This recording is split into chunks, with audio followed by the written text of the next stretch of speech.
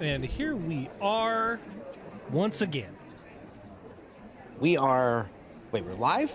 We did We this? are live on the intrawebs. We made this happen. Somebody did. I'm still not quite sure I'm doing it, but whatever. It's been a month.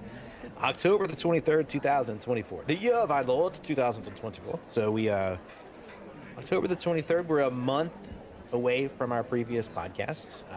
But Yeah. glad we are here and happy to be back. Good to see you.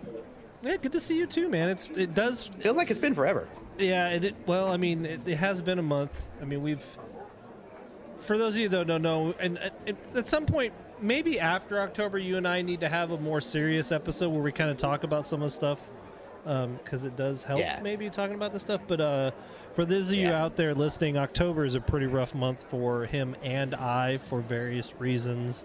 And yeah, it's maybe next month or something we'll talk about it. But we have a lot of topics to talk about that have been building up every time to be. Okay, wait. Let me backtrack a little bit. Okay.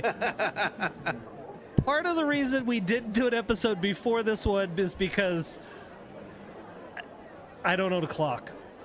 That's basically what it boiled down to. I just This man. It was funny because you're like, hey, we podcast. I'm like, heck yeah, I'm in. And I had everything blasted set down up, man. I had everything set up. I blasted home from work, right? And I'm like, I'm here for it. Rolling in the driveway, get some food. Here I go. I'm like, hey. It was crickets. I was like, hey. It was crickets. It's like, oh, I guess they're doing something fun.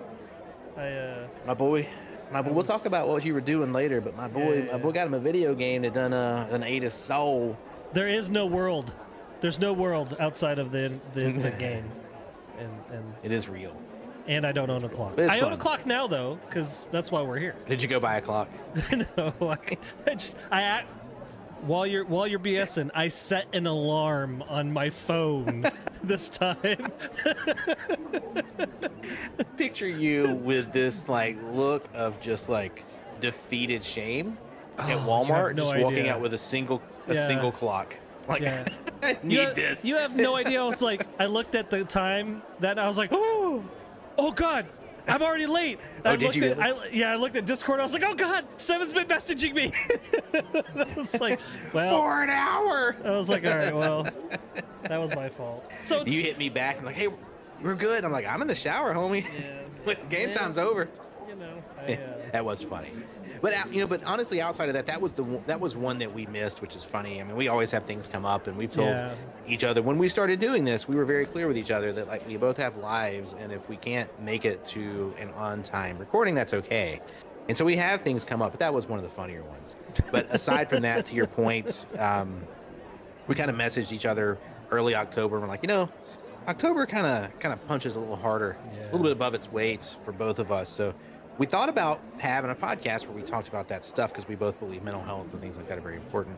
A little bit too close to it for both of us, so we just skipped 1 week intentionally. And then, you were clockless. Unintentionally. Then one was the clockless wonder. But here we are back, and I'm happy to be here. And it's been a pretty good day. How about you? I actually had a fairly good day. I've nothing to complain about. I had a really interesting morning, though. So, I had a guy, I got contacted to be part of a study for mental health in management. Okay.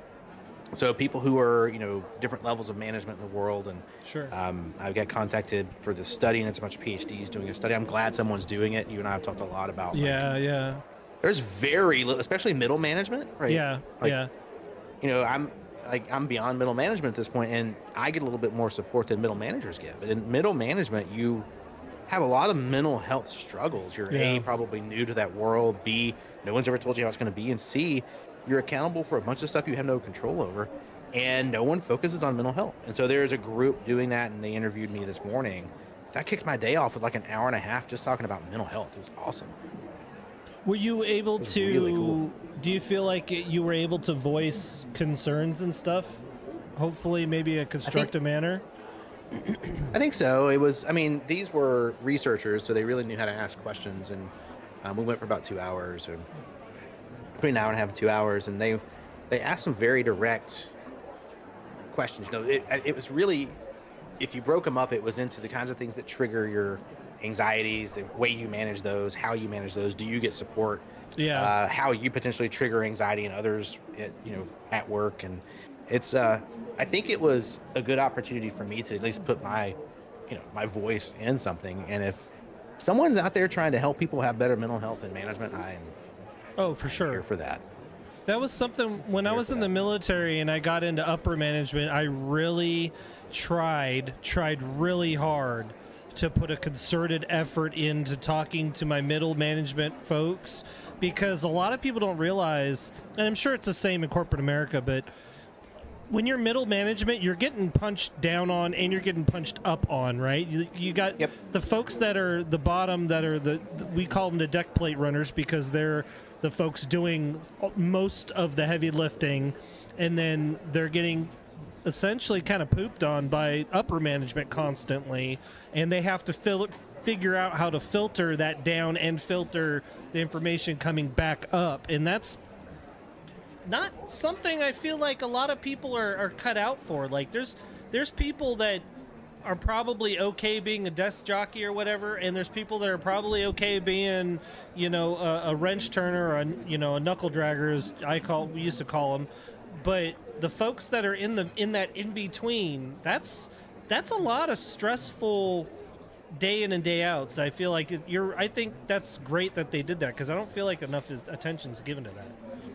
No, and I really hope they take me up on it. I offered, like, if there's anything I can do, further down the line, I would love to be involved. So, I mean, the guy was in London, so I don't know if I'll hear back from him. His hours, he was, I think it's 6.5 hour difference, something like that. Yeah. But he's, so yeah, no, it was exciting. But that was how my day started, and it was kind of like, it was kind of nice to kick my day off, thinking about how do you make other people healthy, and it gave me an opportunity to reach out to some people that I know, and that's great. I know we're going through some of that, and be like, hey, can I be, can we get lunch? I went and had lunch with a guy. Can I support you? What can I do to help? I've been through some of the things you're going through. Don't feel like it's weird or abnormal, right? You're probably having feelings other people have had, and if I can help anyone not have to go through the insane struggle I had to go through, I'm here for it. Yeah, and that's worthwhile. I mean, I don't care what nobody says. If you're any kind of management and you have somebody just ask you how you're doing, like how are things going, like that means a lot. And I don't think enough managers do that either, man. But I've been having the past week has been fantastic. Rita flew into town last Tuesday, so she's been here ever since. I've been taking a little bit more a break from the computer than normal. Like a lot of people don't realize, when you have friends and family that are spread out all over the globe, and you try to stay connected with those folks, there's a lot of time where I would sit down at this computer right when I woke up, and I wouldn't leave it until I was like, oh, it's 2 a.m. or it's midnight, or and that drags on you if you do it day in and day out. You won't even recognize it until it's too late. So it's been nice. I got out, do a bunch of yard work the last couple days, got sunburnt, which October in October? Yeah, like we've been in the 90s, like during the day in the 90s and the 50s at night. So it's been I mean, this is Central Texas is pretty normal, right? Because we're deserty, so these temperatures are kind of normal. But it would just kind of threw me off when I was like, oh, I got some sunburn going on my arms, and the back of my neck. What's going on with that? So, but yeah, it's been nice to kind of step away a little bit and do some other things other than sitting at the computer the whole time. So. And I've always closed my streams with the same thing. Like, I always try to tell people along the lines of that mental health thing we just talked about. It's like, if you're starting to feel that stress, you're starting to get a little anxiety, with all the crap that's going on right now, especially this year, the last year, probably the coming year, unfortunately. You need to step away, go touch some grass, get some sun on your face. Like it's good for your soul. Like you need to go do it. And so I've been doing that. It's been fantastic. So it's definitely been a much better situation for me, for sure. So, well, good. It was funny because I talked to in this morning, when I was talking to this guy, one of the things that I've always found fascinating, you know me well enough to know I work a lot. Yeah. And, I take my career pretty seriously. Not to the point of, at least not now, I've matured to the point where it's not at least toxic to those around me, and it's not overwhelming, but it does cut into time when I would be doing something else at times. And one of the things I was talking about when he was asking me questions about, coping mechanisms, how do you detox yourself and things like you're talking about, take a walk and things like that. Yeah. Is when you get stressed, if you are serious about your job or your career, when you get stressed at work, the first thing people do is they get rid of their hobbies. And so what I mean by that is, if you're like, hey, this deadline is looming and I've got an extra 2 hours of work to do, what goes first is probably the thing that relieves stress for you. Yeah. And it becomes a snowball.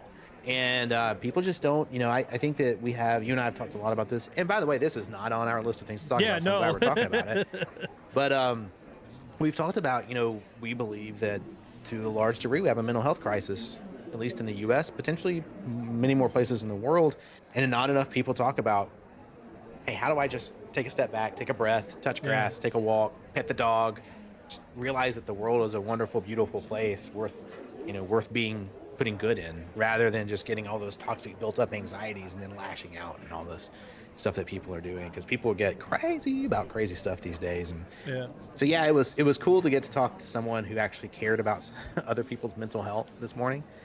So it kind of kicked the day off in a good way. So it's been cool here. We've been having you talked about the weather. We've been having great weather. This is the 6 weeks out of the year that the state of Alabama really shows out. The leaves are starting to change colors, and I imagine in the next week or so we'll be taking our annual 5-hour drive where we drive all through the state just looking at leaves. And so man, pretty pleasant. I think that October is wrapping up. You and I, October is tough for both of us, but it sounds like we both took the extra steps and getting through it. Good stuff. I think it's also important that some people, if you have big events in your life that make a time hard, you don't necessarily, I call it turtling up. Like, you don't turtle up. I'm not saying ignore it, but you got to try to just keep some semblance of things every day to day, and it'll help get through that. I know for me, that's trying to keep through the routine and doing things and not just sitting idle. Like, that's a big part of it too. So, but anyway. Well, Hapa, tell us about this name that you have chosen for this podcast. Nor'easter is what you have chosen here. So tell me about a nor'easter. So I flew to a nor'easter once. Oh, that had to have been fun.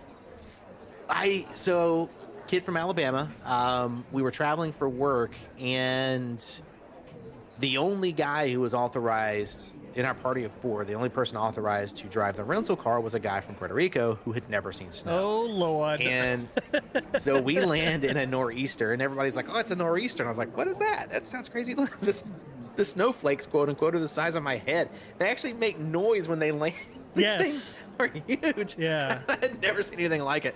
So a nor'easter is not something to be trifled with. So tell me about this nor'easter drink.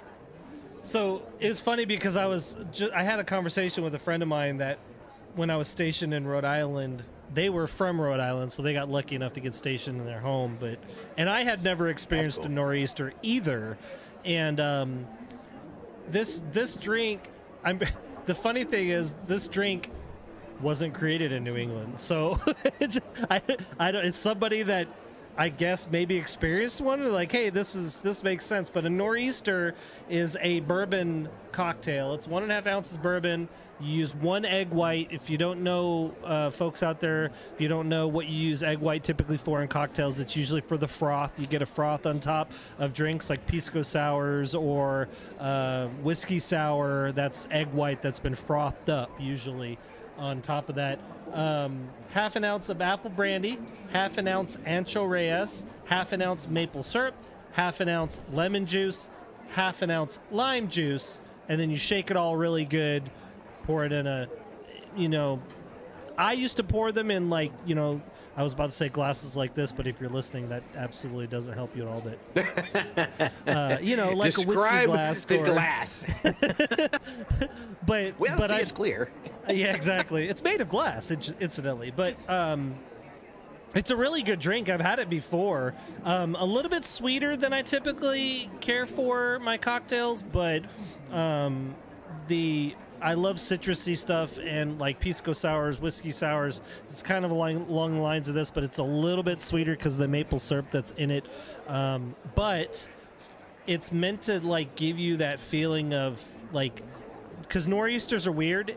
The day before a nor'easter hits you, it's usually comfortable out, usually really calm, and then it's just like all hell will break loose from, you know, almost hurricane winds to, like you said, snowflake. I call it a snail. It's a mixture between snow and hail because because it's like snowflakes, but they have like a freaking hail center. I don't know how else to explain it than that. It's like an angry snowflake. Exactly, yeah. And so nor'easters could get a little bit crazy because they boil out in the North Atlantic and then they push on the land, and all that cold air and water just gets sucked up with it. But anyway, yeah. So that's nor'easter. That's this episode for today. So Episode next one. I don't even know what episode we're on right now. We're in season 2. I know that much. So we're on season 2. I think that's astute. That is an astute observation. All right, so we've got some. yeah, That's we're about how much professionals, detail you're gonna guys. get out of us. All right. Pro mode engage. So we've got some pretty cool stuff to talk about tonight. You and I have been compiling subjects. We've gotten a little. I feel like. We always call this out, but it is really hard to weed through news sources. Oh God. And for the next couple of weeks, it's just going to get harder and harder. And I'm betting for the next couple of weeks after that, it'll be harder and harder because everyone's got an agenda to push, and I don't really want to see their agendas. And you know, something I realized, I've been using this app, and you know about it, and I'll talk more about it at some point. But Ground News, which is designed to like eliminate all of that. You know, something I noticed when, because you know me, I committed to myself, I would spend 2 months and I would get news from no other source but this thing just to see if it worked and what I thought about it. The frequency at which the news articles change on it is like every couple, like the top article will be 2 and 3 days. So it really struck me that how many of our news outlets push so much content to try and get you to keep coming back. Yeah. And I was like, oh my God. I look at it, and if I glance at it and it's the same pictures, I'm like, oh, okay, we're, nothing big's going on. I can go look at something else. It's been a big stress relief. Nice. But we've been using that, and I've been sending HAPA these links to try and see if we can find a news source that doesn't suck. But we have been collecting news stories to talk about, and we have there was a Nobel Prize in Physics that has been awarded to 2 guys who were foundational for AI. So we're going to talk about that.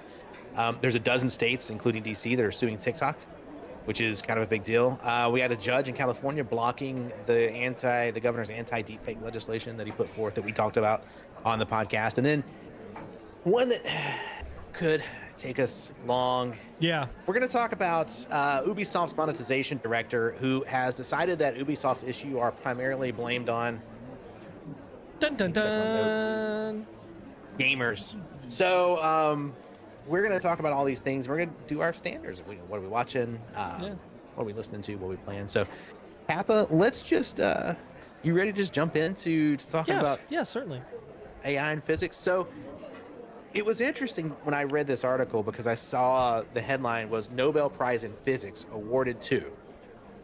And I wanted to know, I don't know why, but like Nobel Prizes, they're not a contest. There's a board and they award. They say you won. That's how that works. Yeah. And they have a different arena in physics. I was like, that's always kind of a cool one. But it was awarded to John Hopfield and Jeffrey Hinton for work they have done in artificial intelligence. And what's interesting is those guys, this is not something they have done recently. This is something they did many years ago. Like and what was fascinating the foundation of it all. Foundational. And what's fascinating about it, because I've actually seen a lot of people on social media kind of bagging on the Nobel Prize in Physics getting awarded to people for AI, but it kind of says 2 things. AI is real. Yeah. Right now you're getting Nobel Prizes awarded to AI. Like that's the thing we should talk about. Yeah. And then also the fact that it was in physics because these guys used theories and ideas from physics to teach computers how to pretend to be intelligent. Yeah. And I thought, okay, that's a pretty cool take on it. I still don't know if AI should be considered physics, but I did think it was a pretty cool take. Can we? So at least Hinton, Jeffrey Hinton, I'll stop here. He stepped down from Google in 2023 after years and years and years of helping. And when he stepped down, you may remember there were news articles posted because he was a big critic, saying he regrets doing the work in AI and started warning about AI's potential threats to humanity, and said that Google had been keeping him quiet for quite a few years on talking about the threats. So the guy now has a Nobel Prize for it, and he's one of the guys who helped invent it, and said, I don't know if that was a good thing. I suppose first off, something I recently read that struck me, of all the people to really talk about it was just some random influencer that was talking about AI. And they had mentioned the fact that AI really isn't AI because it's not intelligence. It's literally a computer model that has just been taught how to read what's already out on the internet and then regurgitate information that's already there. So it's really not AI. It's a database management system, really, is what AI right now is, right? Because you could ask AI a question, it's looking at the internet and it'll regurgitate information back to you. So it's only as smart as the information that's already out there. And just recently there was, I can't remember what it was, I think it was on Papa Joe's podcast, where they had a conversation about things that were going wrong in the world, like the astronauts that were up in space and they were stuck at the time, and AI had said, because Boeing's great at their job. Right. Which, by the way, that's a whole nother topic. We'll probably talk about that next episode, because they were talking about trying to put somebody on the moon by 2026. But anyway, I don't know if I'd want to be on that maiden voyage. But they were talking about how the astronauts were at the time stuck up there and they had no plan to bring it down. AI regurgitated that they were going to be there until February of 25, which we already know is not true. So the information that AI found was incorrect. And so I'm thinking the concern of this, I'll say inventor, because that's essentially what he is, of AI for the future is kind of how Oppenheimer was concerned once the nuclear bomb was actually finalized, right? Was, oh, wow, we just did this thing, but should I have really done it? Because if you think about it, companies like Google and Facebook and any other social media outlet out there is going to easily tweak this model to feed specific information, and Google's already come under fire for knowingly doing this stuff, like knowingly leading searches and stuff the wrong direction, or not, maybe not the wrong direction, but leaning it in a direction that they want it to provide information, right? Not necessarily the whole truth or all of the information that a user might want. Not remaining neutral. Yeah, that's better wording, of course. And so I could understand completely where he's coming from, because probably when he created this thing, he didn't think about that aspect of it, how it can be, I hate using the catchphrase weaponized because it's all over the damn place today, but essentially that's what it is, right? You're going to end up in a place where I think that's the threat right now that AI presents specifically, is that weaponization, and not the humans are bad, we're going to nuke the entire planet level of AI yet, right? Like, and we've talked about this, by the way. I think this is like the 4th or 5th or 6th episode we mentioned something along the lines of this, but for the inventor to come back and state that they regret doing this work because of X, Y, and Z is unfortunately something that hasn't grabbed enough attention, in my opinion. I don't think people know their names. Like, I don't think anyone knows their names. Absolutely not. No, outside of the, if you're a computer scientist or software engineer, you may know their names. Yeah. But most of those folks don't even know their names. Yeah. And it's really unfortunate, but it is. And AI, I think you're kind of spot on with it, and I like your description of it. AI right now, you're talking about large language models, ChatGPT or even GPT-4, right? The interesting. I wish we did not go to calling them artificial intelligence, Right? yet, right? Because they are interesting as search indexes on their own, because they're contextual search indexes. They can build upon what you said previously and understand what you're trying to get to, but they are just contextual indexing. And what's been fascinating, I was talking to someone about it the other day, is watching. I don't know if you follow markets or whatnot, but lately you've got Amazon, Google, and I think another company, might have been Microsoft, has gone in. Amazon announced they were going to invest $500 million, and it's in companies that generate micronuclear reactors. Right. And what they're doing, what they're saying is, we want to have nuclear power just for our data centers, off grid, off everybody else's grid, and I'm going to have a nuclear reactor at my data center. And so what's really going on when you look at what NVIDIA is doing, or OpenAI, who just got what, $500 billion, right? Like, Right. they're huge, and people are betting on it. But we actually can't generate enough electricity to create our artificial intelligence yet. And what I mean by that is, the best we can do right now is a kind of a crappy search algorithm. Yeah. And it's cool compared to having to learn how to do all of Google's, operators to get your perfect search. It's cool in comparison to that, but it's, to your point, not actually thinking. It's not creative. It's referencing. And we can't yet generate enough electricity to create true artificial intelligence. And I was talking to this person about that, and I just kind of stopped, and he stopped, and we looked at each other for a minute, and we're like, the Matrix, right? Because where are you going to get enough electricity to power it until you turn organisms into batteries? And so it's on an interesting path. AI is being misused, much like the internet itself. Yeah. Algorithms and things are being misused and abused, and what you have is a small number of bad actors who are willing to ruin things for everyone. You said at the top of this podcast, you talked about keeping in touch with your family and friends and people that you're not around physically via your computer. And there was a time when Facebook, Twitter, Google, all of those were simply tools to keep in touch with people. And over time, you had people abuse the algorithms on YouTube, or do Facebook's shenanigans, or the hell goes on at Twitter or X, that goes on there, like any social media network. And I'm calling them out because they're famous, right? And they're the more popular ones, but they're not unique. Anyone that has a ton of people is a target for someone to try and abuse the system, right? That's just what's happening. And AI is no different, to your point.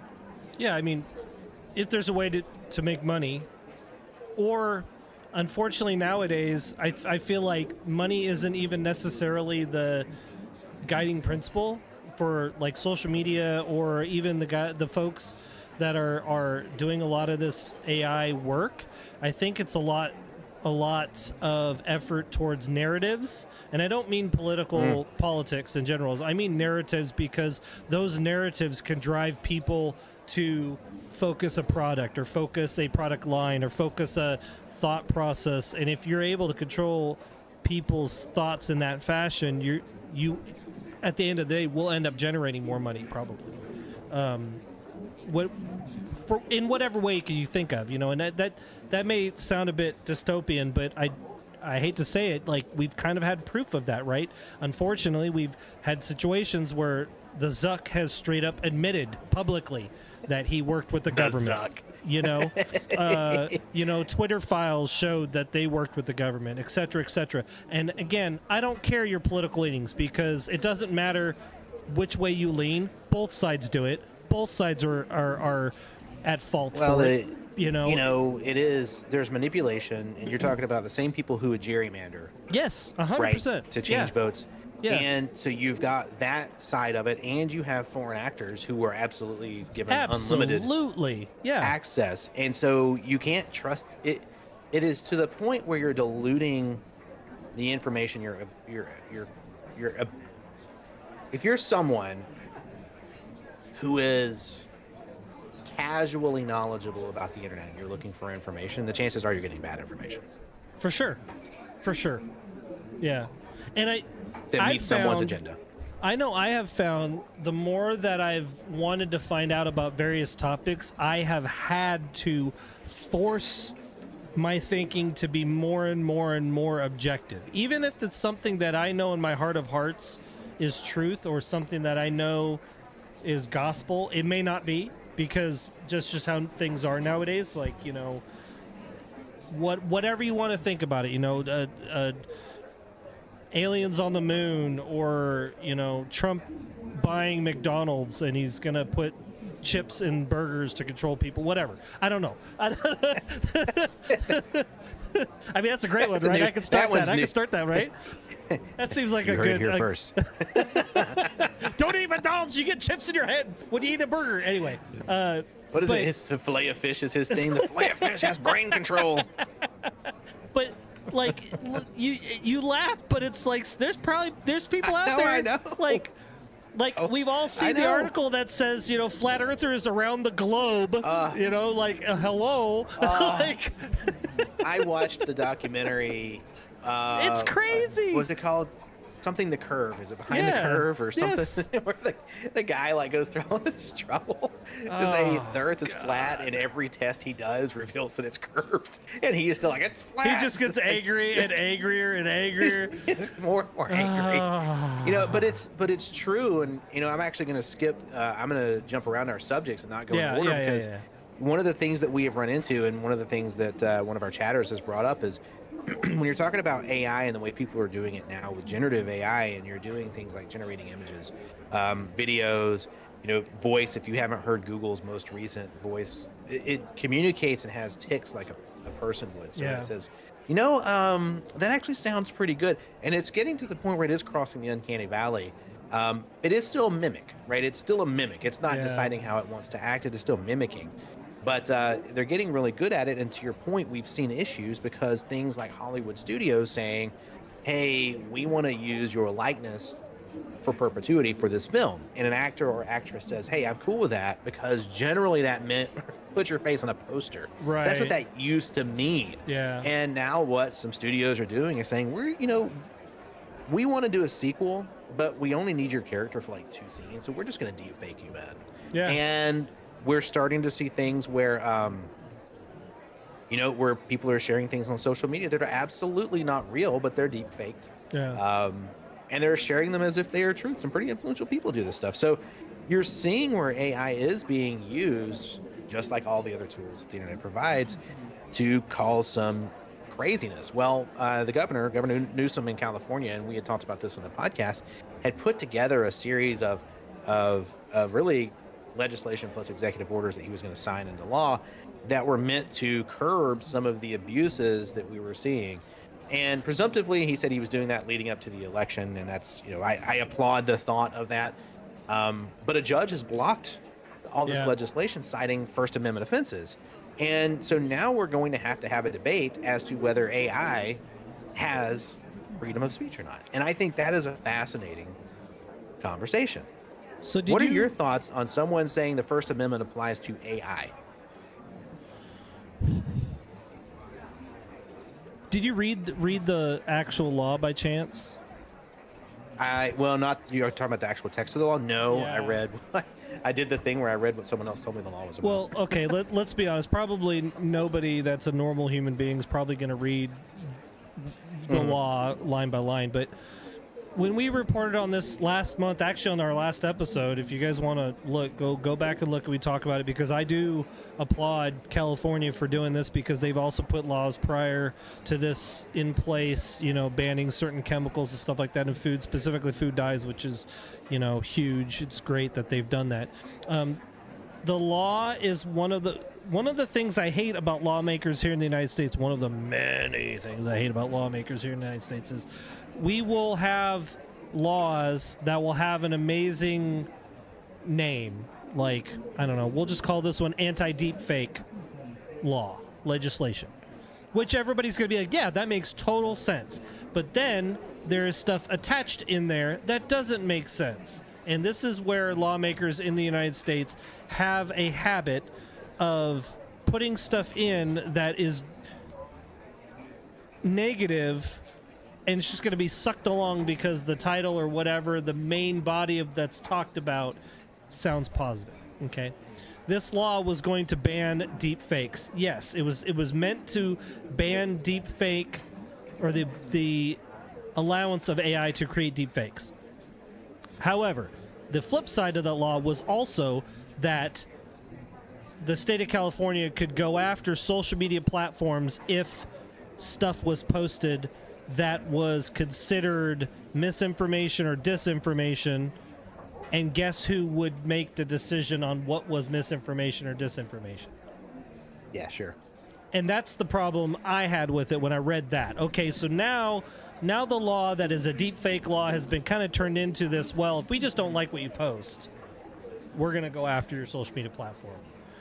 That is kind of, I mean, that basically in a nutshell explains why I hate lawmakers here in the U.S., because we do that all the time, right? It could be fix homelessness in the United States legislation, but there's going to be earmarked $40 billion to eradicate gorillas in the Amazon, right? Like, or something crazy that absolutely makes no sense. So if you vote against it, you look like an ass, but it's really because of this part. Like that.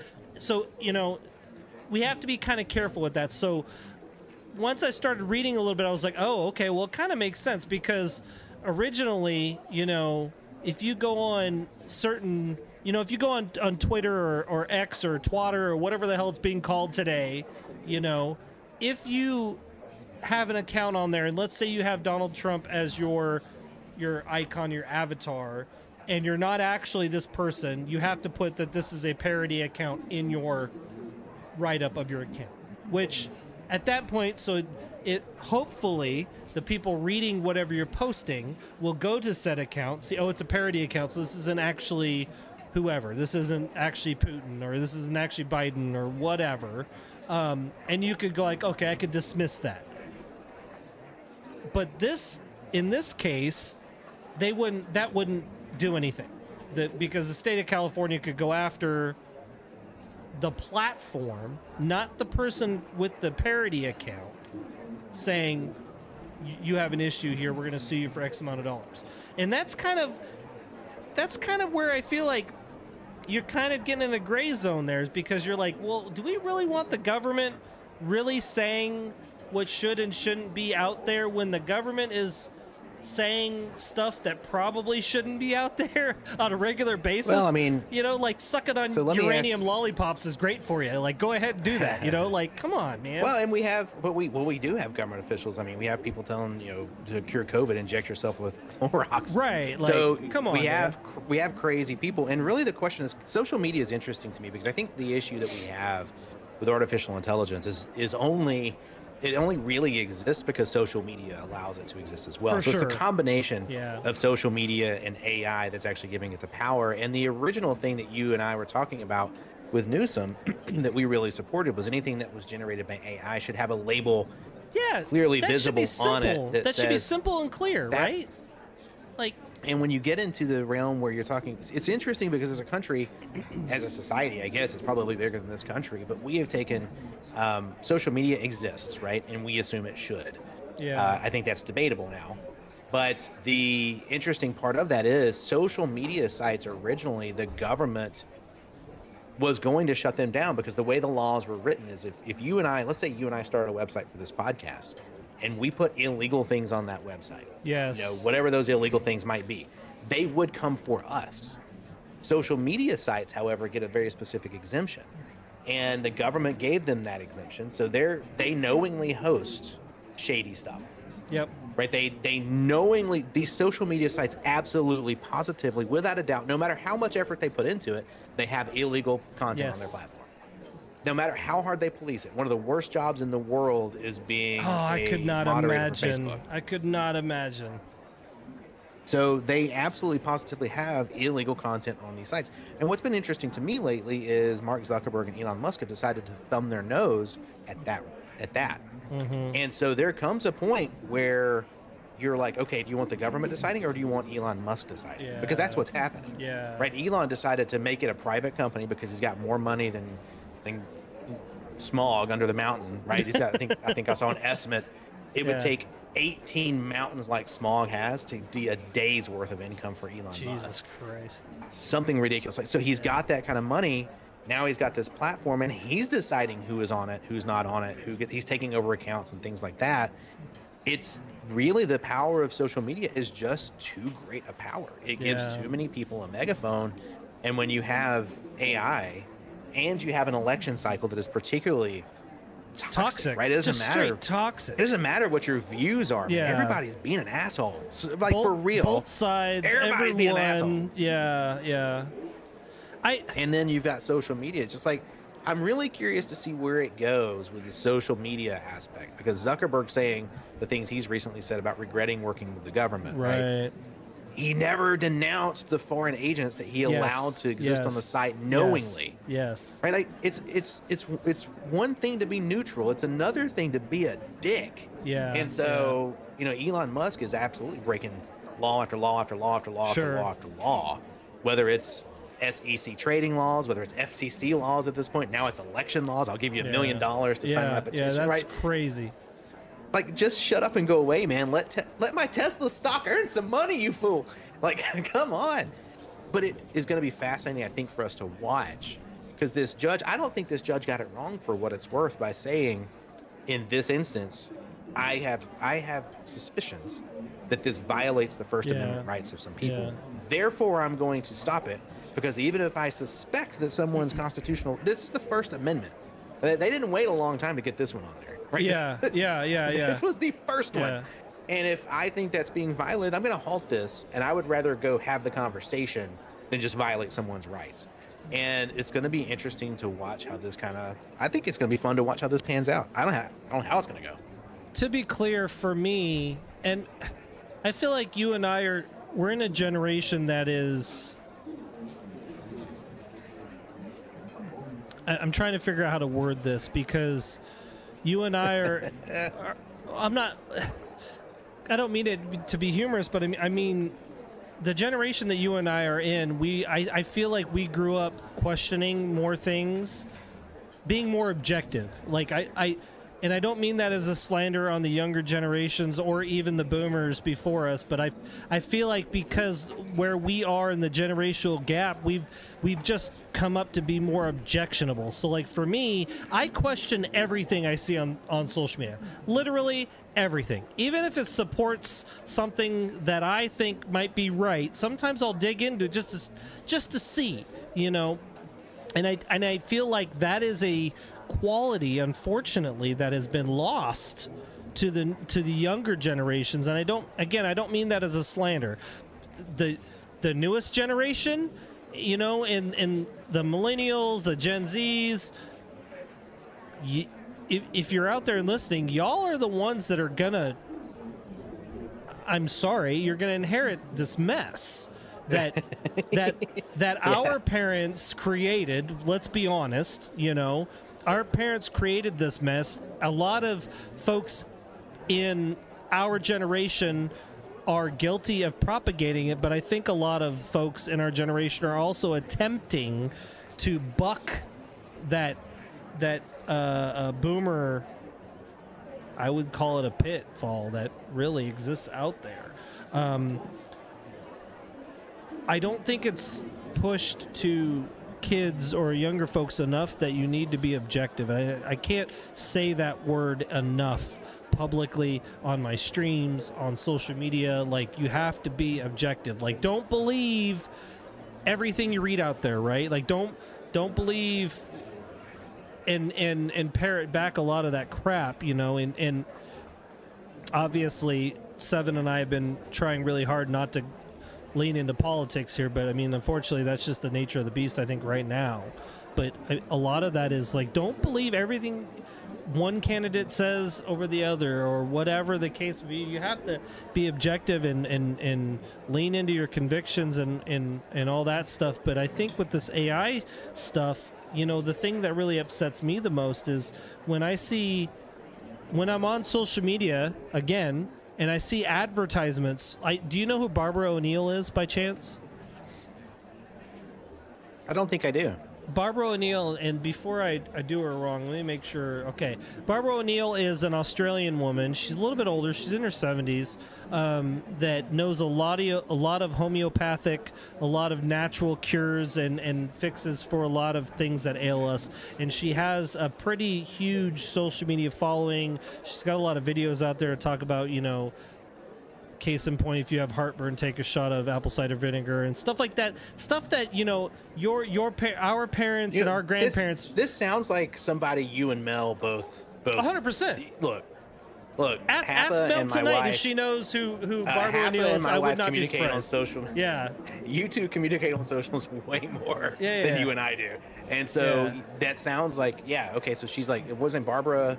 Barbara O'Neill. Barbara O'Neill. O'Neill. Okay. And the reason I bring her up is because I saw an advertisement for a health product.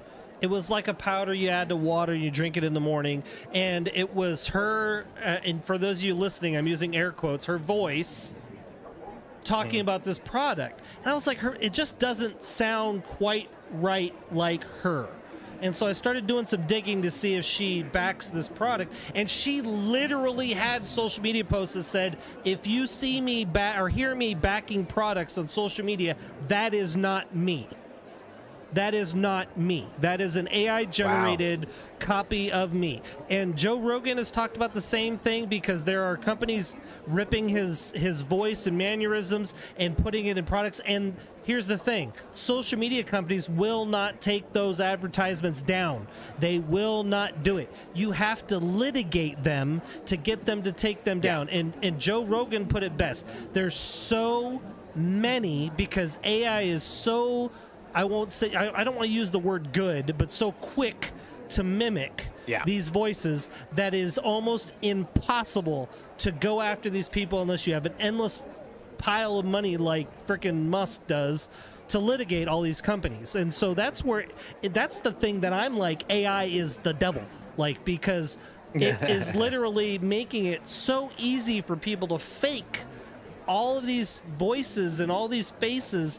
And, there's people that just don't have the ability to go after these companies. Like, and that's why I got really excited when I initially read about this legislation, because I was like, this is exactly what we should be going after. Like I said, but in my opinion, and we said this with the last episode, where it should stop is it should say something like the stupid election commercials. I am blah blah blah, and I back this message or whatever. It should say at the end, this was generated by AI. Everything should have a marker on it, watermark, voiceover, whatever that says that, so Sure. And I agree, man. I bet you that's not going to happen. I bet you that's just not going to ever happen. We've got to figure out something. I'm not going to run for office, and neither are you. So we'll have to find someone who's got some sense, because the vast majority of politicians these days don't understand tech at all. There's just too much money in tech not running for office, right? You're not getting your brightest and best running for office, ladies and gentlemen. If that's a surprise to you, I'm sorry to have lifted the veil. But the smartest people in this country are not the ones running for office.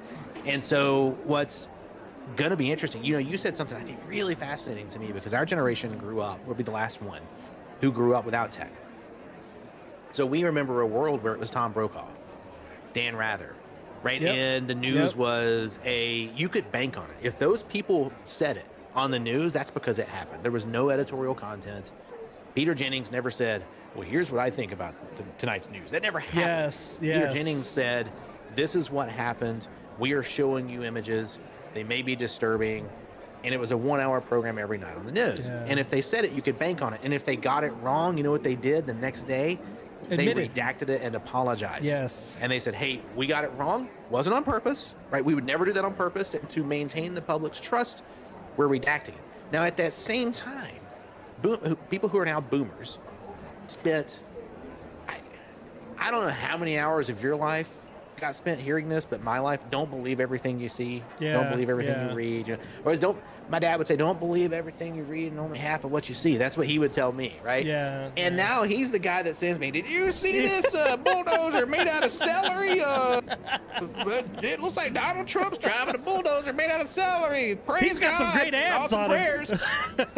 Yeah. Do you know Trump was in Rocky? It's like that. That is AI. What? What's Stop that? eating the And lead. it's like, Stop oh eating the my lead chips. God. Stop eating the lead chips. Right? Like, bruh, you were the guy that told Yeah. me don't believe Yeah. this stuff, and now I'm having to be like, there is no such thing as a bulldozer made out of celery Yeah, that allegedly. Kamala Harris is using to bulldoze the Amazon. That is not that is not what she's doing right now. I don't know. I see. Oh my Right? And it's just gosh. like, oh my God. Yeah. So these things have been, you know, and you said it is cliche to say weaponized. But what is fascinating is it is to a degree skipping our generation.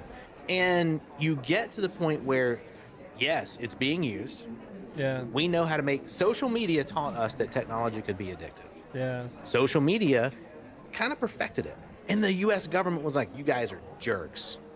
And so, you know, you got lizard man Zuckerberg standing in front of the Congress like sipping his water saying, I don't Did understand. he ever anything about drink any of that algorithm water, anymore." by the way? Did he actually ever drink? Anyway, sorry. That's I digress. Anyway. He has to drink through his pinky, right?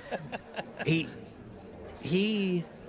actually said in front of the Congress that we don't know what our algorithm does anymore. He said that. The guy who he founded the company, owns it. He started the company to creep on girls at Harvard. Y'all, for real, he's always been a creep and ain't That's gotten the better. truth, by the way, for those of you that don't know. That's what Facebook started for. And so we have these social media sites, and they prove that they can make their tech addictive. Right, that's a thing. Yeah. We kind of tried to pull back. They pushed Yeah. on it, right? We're kind of doing back and forth with that. And then you got the Instagrams, and yes, different stuff. But people were at least trying to pretend like they were playing nice. And then you got China, who's like, well, let me just show you a little thing called TikTok.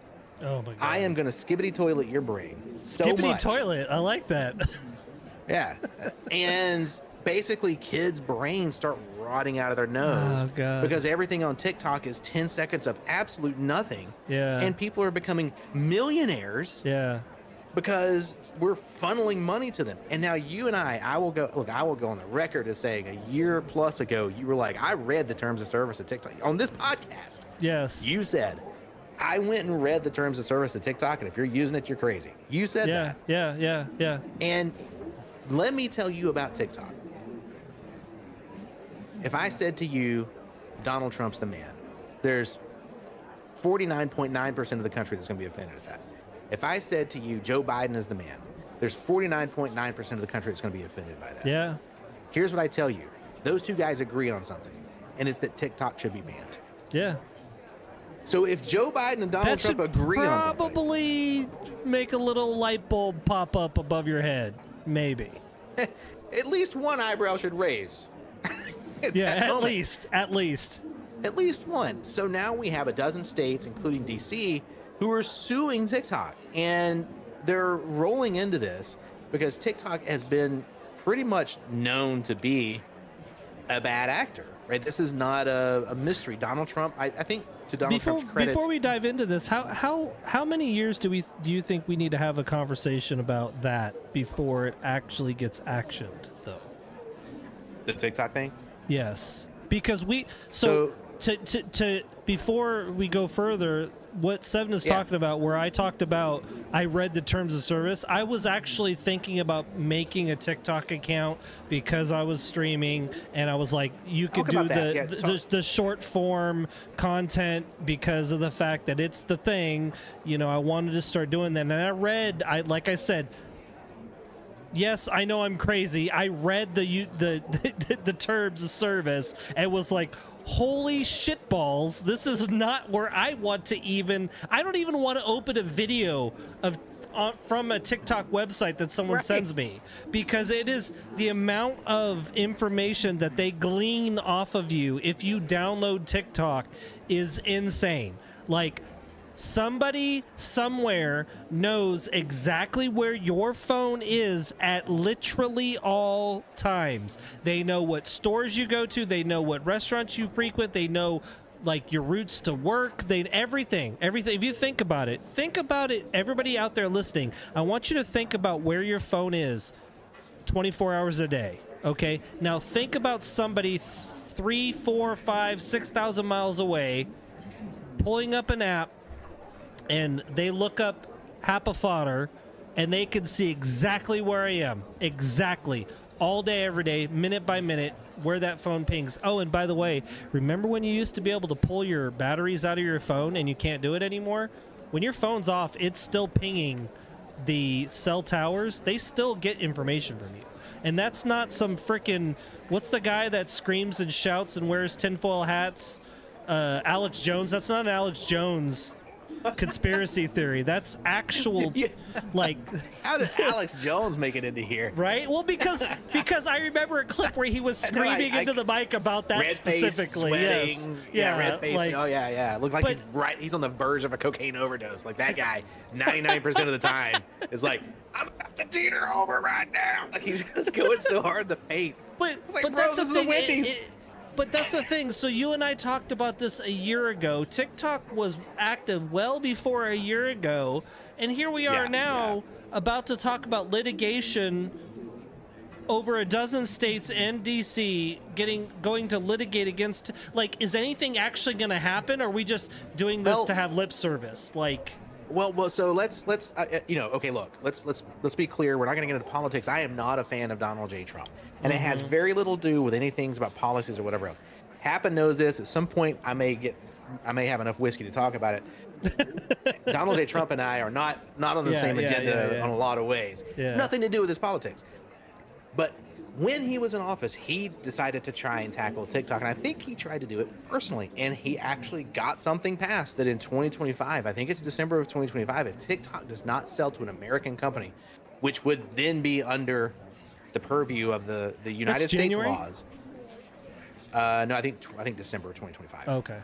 Oh, so next year, over a year still. Over a year. If that's not sold, then they're going to shut it down in the United States of America. That's my understanding. And I need to look up. If someone could look up in chat and let us know for sure what the dates are on that. But I think that was a great thing. Now, the reasons Trump might do that, I don't know them all, but I can agree that TikTok's a bad deal. We had a lot of bad deals leading up to TikTok, and that I think is what really is the kind of damning thing for me for TikTok is it's not accidental. And I ran for a couple of years with some great business partners. I ran a company, and one of the things that we did is we helped startups get started up. So I cannot tell you how many people came in, and we did it pro bono. So these folks who had these great ideas, our goal was just to get them started in business. And here's how you do that. Here's what that looks like. Here's how you make yourself presentable. We'll make introductions, and we would do that work. And so every Thursday, our entire team, which was 6 of us, we had 30-minute blocks starting at 8 o'clock in the morning. And we had a conference room, and every 30 minutes, a new company came in, a new founder came in. And so from 8 o'clock in the morning until 6 o'clock at night, we sat there and every 30 minutes met with a new founder. And at the time, a lot of them came in and they said, I have an idea for an app, right? And that's great. I'm glad. Yeah. But the most disturbing thing started happening. I cannot tell you how many people walked in and said, I think we can make an addictive piece of tech here. That's now scary. It is. And one of my business partners, she's amazing. She has a PhD in psychology and a master's in outcomes research. This is a brilliant human being. I've spent 30 years in the tech industry. Here's what I promise you. Yeah, I can make you an addictive piece of technology. But those meetings did not go 30 minutes. If someone said, I want to get people addicted to my tech, we just dismiss them outright. Because think about what you're saying. How skeezy is that? Yeah. So do we understand addiction? We do 100% understand how addiction works now. Do we understand how technology works? 100%. Do we understand how to get people addicted to technology? 100% we do. Is TikTok utilizing exactly that roadmap? Yes, and they're doing it without morals. And they're doing it to kids, right? Yeah. So addiction works much better on kids. They haven't developed the objectivity and the kind of things you were talking about. They don't have that yet. Yeah. And they're easier to target. And TikTok is specifically targeting children and getting them addicted to technology. That is the skeeziest of the skeezes. Of all the things that have ever skeezed, this one skeezed the most. And to be clear, when you say children, I would say up to the age of 25, honestly, because the developmental cycle continues all the way up to 25. Like, so if you think, oh, you're 8, like out there, we say here in the U.S., this is another topic that we could talk about some other time, but we talk about how 18 you're an adult, but technically you're not until you're 21. Oh, yeah. But technically you're not until you're 25, right? So those addictive tendencies are there until you're about 25-ish. If you haven't figured out how to deal with those things, they're ingrained, like they're in you. So if you think for one moment your kid who is 18 rolling around on TikTok is able to understand what's going on, I hate to tell you, and I'd be remiss if I didn't tell you that you might need to have a little bit of a conversation, right? You'll probably get the eye roll. You'll probably get the, oh, Dad, whatever, or Mom, whatever, but... Okay, boomer. Exactly. Like, but no, it's. I promise you, the real. folks behind it know how to screw with that addiction, like, mechanism in the they do. brain, and they do it. It's real. And you got, again, the combination of social media and AI is It's scary. is really not great. And that's Yeah. where you're getting to with TikTok. And so the reason that comes into play is because the algorithm tries to decide what you want to see. Right. And what it does is judges that based on engagement. There's I can link some documentaries which are great about the phases that Facebook went through. And Facebook started it because Facebook got very popular, but they were trying to figure out how to make money. And they started deciding that, we can do that with advertisements. But if we have people on the site more and more often, Right. we sell more advertisement. Yeah. And so they developed the original principles of getting people addicted to technology. And they used algorithms to do that, right? That's when it went from, here's the people you know in the timeline, and it went to you seeing random stuff. And I think that has been the downfall of social media. Because I think if every social media site went back to, it's the people you follow Yeah. and a timeline. Which, It would be to back be to f- being kittens and lunch, which is what Right. it was back when Yeah. we all started. and to be fair, like, I remember specifically dismissing Facebook when it first came out, but the reason I got Facebook was because I was in the military, so it was a great way for me to communicate with my family and friends when I was overseas somewhere without having to send 30 emails or 30 text messages or whatever. I could let all these folks know I'm okay, I'm safe. This is, I'm in Bali on a beach getting suntan. I'm not wherever, where there's a lot of other sand, running into the risk of getting shot or whatever, right? Much less beach, much more sand. Yeah. But I remember that specifically having, and still to this day, it blows me away whenever I have a friend request from somebody I knew way back in the day, and I'll go look at their friends list, and I see like 1,600 friends, right? Like, if you know the psychology of friendship, by the time you're 40, typically most people have whittled that friendship circle down to like 8. Like, Yeah. actual friends, like people that you talk to that know you the way that you want to be known, right? So still to this day, I only have about, I think, 60 friends on Facebook. And that's the most I've had, no kidding, in like 15, 16 years.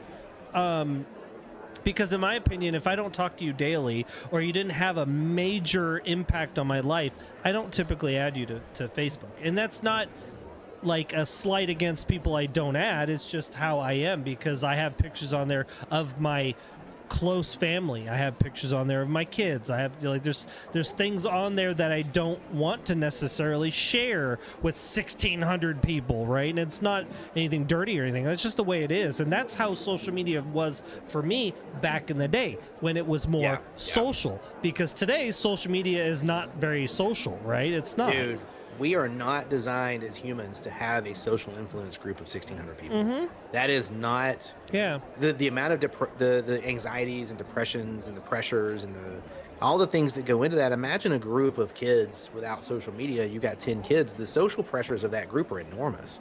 Yeah. And when you take that and multiply that by 1,000, and you multiply it by the fact that it's all fake, Yeah. and you add into that 1,300 people who are paid influencer by marketing departments, Yeah. right, to push a product or push a way of living or whatever the thing is, you really are creating situations for children where we're in uncharted territory with how much we're putting on them from a place of social pressure. And it's one thing to do that and do it unintentionally. It's another thing if you're TikTok to do it on purpose. Yeah. And it's another thing when you're talking about things like Temu. I don't know if you're read in on Temu. Oh my God, yeah. But old people, Temu is like, I have been caught off guard by how many old folks I know who buy things on Temu, and I'm talking about everything on Temu. And I asked one of them recently, I was like, show me this. I mean, I've been designing software for 30 years. So I'm very successful. So show me this Temu thing that, I'm never going to touch it. But it's on your phone. You're using it. I think you're probably buying something right now. Show me what's happening. There is a lottery. There is literally a jackpot wheel that you spin. Yeah. And it gives you, here's the deal. And you've only got so much time to buy it or not buy it. It's not even a metaphor, Happa. You can go to a casino in Las Vegas and watch people lose their lives at slot machines. That was the original. Yeah. Here's getting addicted to money, right? That is the original. And so Temu's, they're like, I'm not even going to hide it. We're just going to make it like a slot machine. Yeah, And they're selling junk, swimming pools the size of a quarter, for $3. Oh, I can get a swimming pool for $3. You cannot get a swimming pool $3. That's not. This is not real. So we've been really serious the whole time, but have you seen the girl that got the croissant lamp? Have you seen this? Yes, talk about it. Yes. I wish you could pull it up. There's this girl that loved croissants so much, and she saw on Temu they were selling a croissant lamp. And she was like, man, this really looks like a croissant that I get from the French bakery down the road. Like, legitimately looks like it. And she plugged it in, and it lit up, and she loved it. And the next morning, she woke up, and there was ants all over the place, and she was like, wait a minute, what the hell? Like, is this just a croissant that they lacquered to make it a lamp? And she took it outside and she snapped it open, and guess what it was? It was literally a croissant that they lacquered up and put the light fixture in the middle to make it a freaking lamp. And that's not the end of it. She literally ripped a piece off from the inside and tasted it, and it was freaking bread. Okay, this is Temu, gosh, right? Like, this is the shit we're talking about. Like, it's hilarious. To me, it has been fascinating to watch. And with the studies about slot machines, have you ever read about how that works? So you're looking for, I'm pretty sure the chemical you're looking for is dopamine. Yes. Oh, yeah. Play slots. Did you know that the dopamine hit people get is not when the results come through? It's when they pull the lever. Yeah, yeah. And so it's actually not about winning and losing. It's about playing the game repeatedly. Yep. That's what is so dangerous is it doesn't matter to you that you're losing. They can take your money and will. And the worst part is there's slot machines that like connect to your bank account where you could go ahead and pull money directly from it. Like 100%. If you go to Vegas now, they make it so easy to lose your money. Crazy to me that's legal. Crazy. And you've got apps now who are like, well, I'll just do that. And they're not even hiding it anymore. Right? At least Facebook tried to hide it. Like at least Zuck was like, I don't want everyone to think I'm a jerk. And then was tried to hide it. You think there was a moment where he was like, am I an asshole for doing this? It's a... Dude, I will tell you, I had a formative moment in my life, and it was only 6-7 years ago. But and I've told you this story before, and I think I mentioned it on the podcast. But I was on a board, and I was the chair of a committee that was putting on a conference, and Alexis Ohanian, the founder of Reddit, was one of the speakers at that conference, and we were talking, and someone in the group that was talking to him asked him about social media. Like, the question was, do your kids get to use social media? And he just looked at them flatly and was like, oh, no. No, none of our kids use social media. He was like, what do you mean none of our kids? He's like, I mean, seriously, nobody that founded these social media sites let their kids use them. Yeah. He said, and that's where I actually got the words. He said, Zuck founded Facebook to creep on girls at Harvard and never changed. I was like, dang. So the people who found these sites, they know, and they don't let their kids 100%. use it. Yeah, 100%. But they're getting that paycheck regularly, so why would they let their morals get in the way of a paycheck? Why would they indeed? So you got, some of those guys did bail out Jack Twitter and tried to go. He's like, "Oh my God, what have I created?" Yeah. And took his money and ran. Alexis Ohanian's the same way, right? Isn't it interesting that all these creators, after the fact, like look back and they're like, "Oh my God, what have I done?" Like, what is happened this? there? Like, what happened there? if that isn't a red flag for people, and not enough people probably dig into that, like you talked about, inventing. I say AI in air quotes again because it's not intelligence, right? Say I regret doing this with X company, like that to you, that should throw up red flags for people, and I think it's freaking nuts that we don't talk about it. Well, I suppose we talk about it, but we just don't change. Is that? I don't know, Happy. That's a good question because the apathy is real. People think Everybody seems to know it, right? Well, thoughts and prayers is a meme, right? Like post in the meme of that is, oh, I posted a comment on social media. I've done my part. No. There's actual action that we should be taking, right? As humans, I agree with that 100%. And I don't. Well, why don't we do that? That's why I got excited when we talked about the legislation in California against the deep fakes. I legitimately was like, yes, finally, let's do this. This is exactly what we should. Oh, it's really jacked up. All right, that sucks. Oh, it's a violation of the First Amendment. Yeah, son of a. It's a sip your tea, but that's none of my business. Yeah, it's none of my business. Right. But, and that's the thing that, like, I don't know. I guess at the end of the day, the only thing that you can do is control your little circle so your kids 100%. specifically have that conversation about, hey, look, the reason I am limiting your social media access or your electronic device access is because there's grass outside.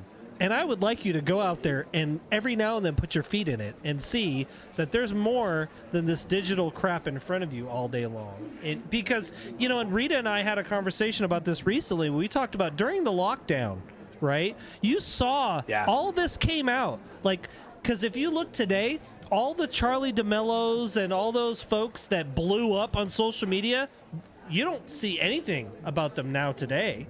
You don't see them at all because they had a captive audience during the lockdown, right? Yeah. So they were able to blow up on TikTok, on Instagram, on whatever.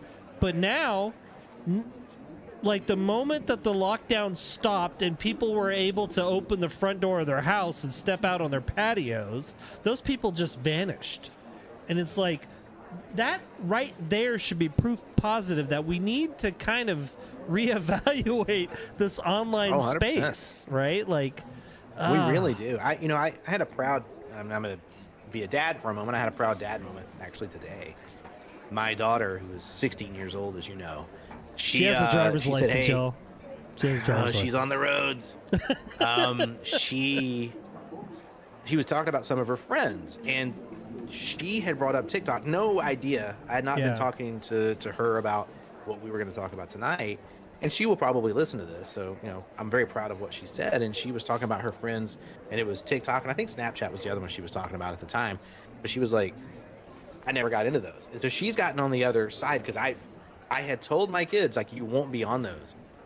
There's certain ones you won't be on. Like, certain ones I'm okay with it as long as you follow these rules. And then certain ones you're not going to be on at all. And TikTok was outright. But my kids have never pushed me on it. And now she's to the point where she's like, she is telling me that she sees what that does to people. So her peer group, she's observing That's as fantastic. part of that group that she's like, well, these people are just numb. Yeah. Right? I think there was one girl she said, I don't really remember that much of my childhood. That's a great explanation, by the way. I want to point out, like, the word numb, like, saying that about things in general is like a perfect explanation of how how people end up. Like, I'm sorry, I didn't mean to. I mean, there was a girl that said that she that's the girl described. She said, I don't remember much of my childhood. Most of it was kind of spent looking at social media. So you think about what just got said there. Yeah, you're missing out on your childhood because you're flipping through this crap. And I'm just like, my gosh, right? It's the opioid pandemic, right? This is crazy. It is to the level of, wow, what are we doing to our kids? And so I'm glad, this has been us in a roundabout way talking about the 12 states or over a dozen states plus DC who are suing TikTok. And they're suing them because they say TikTok knows they're addicting kids, they're targeting kids, they're doing it on purpose, and they don't care. So you know what? I am not always a fan of the government going after certain companies, but I think there are times when it's appropriate. I'm not a big government take control of everything guy, but there are times when it's like, you know what? I mean, we're paying for it. That's my tax dollars. By all means, go do this with it, right? But I think suppose I would approve my tax dollars being used for that. But my question is that is it going to do anything? You know what I mean? Like, who knows? Yeah. I hate to be that guy, but does it really mean anything? Like, at the end of the day, I really do just believe it. What it boils down to is if you've got a kid and you're not involved, and I don't mean involved be like intrusive, I don't mean like be overbearing, but if you're not having that conversation or at least attempting to get your kids to understand what they're getting involved in, I have, it may be a little bit of a tinfoil hat thing where, when I was married, I had the conversation with my ex about having pictures of my kids on the internet. I wasn't okay with pictures of my kids on the internet just because of the crazy people that are out there. And maybe that may be crazy, but I still believe it. I still believe if you have kids that are minors, their pictures shouldn't be on the internet. You shouldn't allow it. You shouldn't, and the dad in me has the thought process, if you got daughters, you should 100% be all over this. Like, don't let your daughters be on social media or have pictures of them on the internet when they're minors. Like, when they turn 18, you can't do shit about it. It's, not in your wheelhouse anymore, but it's one of those things that's like, have those conversations, man. And I'm hopeful that maybe some controls will be put in place that will, and I mean controls in terms of the dynamo that is social media at this point, maybe will get reeled in. But I don't know, man. I've gotten kind of pessimistic because I just hear a lot of really cool stuff and I don't think anything's coming from it. You know what I mean? Yeah, it's been, at this point, you wonder. You really do, because the government, yes, did they call Facebook in front of a congressional hearing? Sure. What happened? Nothing. Right. Elon Musk is another great example. And Elon Musk is a guy I love to hate, right? Because I think that what he's brought to the world could be seen as some of the most effective things. And, he's not a genius. He's not as smart as he wants people to think he is. Right. He is able, however, and this is a talent, so you got to take this. It's a bit of a backhanded compliment. He can surround himself with geniuses. That is a talent, and it makes him seem like he's them to amazing. Greatness. And he can motivate them to great things, right? And he's proven that over and over again. But he is not interested in doing what we as a society or our government at least has said, here's the right ways to act. He's not interested in doing that, and there's been nothing there. So I will be curious to see if the things with TikTok does go differently, right? And why different? Why is that different? All of a sudden, okay, why did you draw the line there? Like, what was... Yeah. Well, why that one, right? Why that one? Isn't it because it's owned by Chinese people? Like, is that the thing? Like, what is it that triggered all this? It's going to be fascinating to watch for sure. So yeah, I think I'm going to move us on to this next subject because I want to hear your thoughts on this. Oh my God. I sent you this. I saw this, and this has been around now. This is one that we've had for a few weeks. I think you and I have talked about this topic, though. We have multiple times at this point, really. We have, and so, a lot of sources reported on this, but Ubisoft. Let's set the stage a little bit. Ubisoft is a game development company, and they're one of the big ones, right? Ubisoft is one of the ones that makes some of the games you've probably heard of, right? The Assassin's Creed series is an example, right? There's just a lot of games in Ubisoft's world that have been great games. They are famous for saying this is a quadruple A title. And what they meant by that was we spent so much money in development that this is bigger than a triple A title, which was, until that point, considered the top level. and this is a quadruple A title. They're famous for doing things like making really crappy games Yeah. as continuations of a great game series. Assassin's Creed being the like an example, right? It's just a loop of the same mission Yep. over and over again for 70 hours. Yeah, yeah. And they're famous now for their weird, I would Oh say my God. weird, but their monetization tactics being incredibly invasive to the point of ruining the games that they're making. And so I was incredibly giddy to have seen this quote. But their director of monetization, this person's name is Stevie Chassard, and it's Stevy. Either Stevie or Stevie. Apologies if I did not pronounce that correctly. But has decided that, you know what, the gaming industry is in a bad way, and that gamers are clearly non-decent human beings. Oh my God. So this director at Ubisoft has decided that he's literally the comic dog with the "this is fine" dog, right? He's sitting in the kitchen with flames everywhere, and he's saying, you know what? You know who's ruining the gaming industry? The damn gamers. That's who. That's what he decided to go at? Yeah. The gamers? Yeah. After a decade of them just pissing on the gaming industry? He's Yeah. like, you know what sucks around here is the gamers. If you could You ever wonder imagine what his hobby is? if you could imagine Pepsi producing a shit flavored can of Pepsi and then saying the problem with Pepsi is the people that are drinking it don't like the flavor shit. Like, are you kidding me? This is, by the way, this is not the first director level idiot that has put the blame on, by the way, who your product depends on. Like, it's crazy. We talked about this. I think we've talked about this on many episodes, right? Game development companies have so many avenues that they can grab feedback from.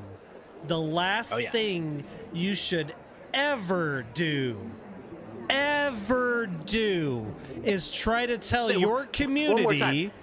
The last thing you should ever do. do is tell your community that the reason a game sucks, or the reason a publisher sucks, or a reason something is just not good is because of the people that your product is aimed at. Literally the worst take that you could ever have. Like, You know, that's actually fair. That is literally the worst take. There is not a worse possible take. 100%. That is actually a good point. 100%. I would have, if you released a product that wasn't great and you said, we missed the mark, we thought this is what our community wanted, it turns out this isn't what we wanted, I apologize, in the future we will attempt to do better. I would probably actually think about downloading the title that screwed up just because Yeah, of that. right. Because that, and actually this is perfect because this leads into what I'm going to talk about, which is what I'm playing and stuff later. But if you release a product and it's crap and your community says, well, it's kind of crap, and your community moves on to other games, because let's be honest, there's a new title being released every couple months, so it's easy to do. I don't mean that as like a slander necessarily, because if you release a crap product, your community is going to let you know, and they're going to move on to other things, right? And then unfortunately, the people we talked about. We talked about at the beginning. This episode's going full circle. This is great. Oh, yeah. We talked Yeah. about the stresses and stuff that management have to deal with at the beginning of this episode. This goes full circle back to that, right? Because people are going to leave. People are not going to be interested in your product. And unfortunately, those people that are dealing with the commodity, which is people, that you're trying to sell product to, they're the ones that are going to deal with the brunt of this, because they're the ones that get laid off. They're the ones that get all of, the stress of you're not doing enough or you're not doing well or whatever the case may be, right? Meanwhile, I'm just going to call him goody two shoes, because I promise you, he still made more money than I have in the last 6 or 7 years of my life, right? Is going to sit there and say it's the problem of the gamer. Like, how disconnected and off mark do you need to be to sit there and make a comment like that? Like, I know I'm pontificating at this point, but it's like, how many executives have you and I talked about the last few episodes like this? Like, come on, really? So here's what I will say: Mr. Chassard has 11 total years of experience in any industry, and is the director of monetization for Ubisoft. So here is what I will tell you, Mr. Chassard, you suck at your job. Yeah, 100%. You're fucking awful at your job. And when I say awful, what I mean is absurdly bad. You can spend $500 million on a game and not make a good game.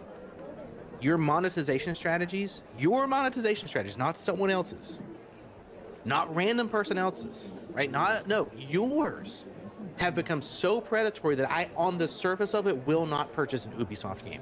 Yeah. And that was before you said gamers are the problem. So here's what I will say. As the director of monetization, you suck at your job. You can spend $500 million and lose money. That is not someone else's fault. And if that person reported to me, that person would no longer be employed. And I'm talking about the day of. Right, yeah. To your point, something you said, you have worked in the gaming industry, and you know very well that your job is to keep a community of people happy because they have a lot of options. They can do anything on the else. Regular, on the regular. And it's not games, right? Yeah. Your primary competition is the couch. Yeah. Right? Like, it's not just other games, right? Yeah. I'll be like, bro, I'm going to go watch X-Files reruns. Like, I'll be back. Yeah. So, like, there's a lot of ways that people can spend their discretionary money. And we have less and less of it these days. God. And game companies who are spending $500 million on shitty games are coming out and saying, you know what we're going to do? Microtransactions. Lots of microtransactions. And I will tell you, Ubisoft, you're bad at it. You've done a poor job of it. We have talked about this repeatedly on this podcast. We've watched game after game after game come out and get ruined because the monetization people got in there and they ruined the studio's work. We watched Rocksteady Games deliver a DC Universe game. This is in their wheelhouse. And it was over monetized and under delivered because the monetization people decided, no, we want to sell it in pieces. Yeah, we talked about this too. That I promise you, if you believe that this didn't occur, there are very few times that I'll say that you are completely wrong, but I promise you, there was somebody at a boardroom table that said this is a bad idea. This is not going to go well. This is not how you should do business. The community is going to call us out for it. And someone said, Roger that, we're going to carry on. Yeah, 100% and guess what? That happened. Guess what? Shut down Rocksteady, essentially. They didn't shut it down, but they laid off the majority of them. From Rocksteady. Yeah. One of the greatest game studios Arkham to ever Knights? touch. Are you kidding me? Oh my God, are you kidding me? Like that's one of the best series ever. Yeah. And those people, you went to those people and you said you no longer have a job in the gaming industry. Why? Well, because people like Mr. Chassard here decide that, you know what I should do is monetize more, and you don't sell me the game for $70. Sell me the game for $70 and sell me the whole game. Sell me the game for $70 and a $15 a month subscription, and you can call yourself Blizzard. Yeah. People buy it. Yeah. They deliver a product that people think is worth it. Don't try to sell me a game for $70 and then come over the top and be like, you want to unlock chapter 2? Mm-hmm. Don't do it. Do not do it. Yeah. And then there's if been you're going to do it, own it. After game that have done that specifically and just failed flat out. And then you're going to come out and say, well, we're not going to do that again. And then you do it again. You know why? Because you run your business like the U.S. government does, which is quarter to quarter. You don't give a shit how much you lose next quarter because you worry about what you made this quarter. That's all you care about. Yeah. And no, it is absolutely absurd. I would. I mean, the Warner Brothers games people coming out and saying we don't want more things like Hogwarts Legacy, which made something billion with a freaking B $billion. You know what we don't want is more of that. Yeah, how dare you? Like, oh, Okay. I don't, and you have mentioned this a few times that, like, some of these executives clearly are, well, only executives. Like, they aren't games industry 100%. folks. And I feel like all of the studios that are run by actual game studio folks tend to do better. Like, I'm really sad to see, you know, games that communicate that we've heard what you have to say, community, and this is what the change is going to be, right? Like, there's so many games out there that from smaller studios, like Baldur's Gate is a perfect example of it. Baldur's Gate 3. Oh yeah, 100%. Full game. There's probably I'm would not be surprised if there's expansions later on to that game or Baldur's Gate 4. Full game, what is it, $70 at release or something like that? Yep. Insane amounts of direction you can go to choose your own adventure is essentially no microtransactions, no nothing like that. Instant success, right? Hogwarts Legacy, instant success, full game, nothing crazy. Like, why do we keep having games released like Skull and Bones? It's Ubisoft right there. That's a great call out. Exactly Skull and why I Bones was chose the that. one. Skull and Bones, It's the I one was that they claimed was- on board for 100%. Look, you were super in. excited. I joined. It's funny because I listened to our last episode of the podcast and I said almost the exact same thing I'm going to say right now. I was in their creative program. I was on board with Skull and Bones 100%. I was in the Navy. I'm all about sailing, I'm about being in the ocean. And after about 3 hours, I recognized this game is just a loop over and over and over of the same crap, just different skins. And then they released a season. I thought, okay, I'll give it a chance. Nope, different stuff, same thing, different skin. Next season, same thing, same over and over. And it got to the point where I was like, I don't even want to talk about this game on my streams anymore because I kind of feel guilty that some of my viewers bought the game to play it because it is boring as all hell. Like, after a little while, you know. Well, and that was the one, if I'm not mistaken, that was called the quadruple A game. Yes, right? Which, to be honest with you, if they didn't have seasons, that would be a game that would be released and then you play it for a month and then you're done. Mm-hmm. Honestly, like, hands down. Star Wars Outlaws, I was super excited about that and almost bought it. And then I started seeing some of the gameplay online. It was like, nope, this is just a game loop again. Same crap, just in the Star Wars universe. The Division 2, same thing. That game was so freaking repetitive. Like, there were enemies that you just had to change the weapon.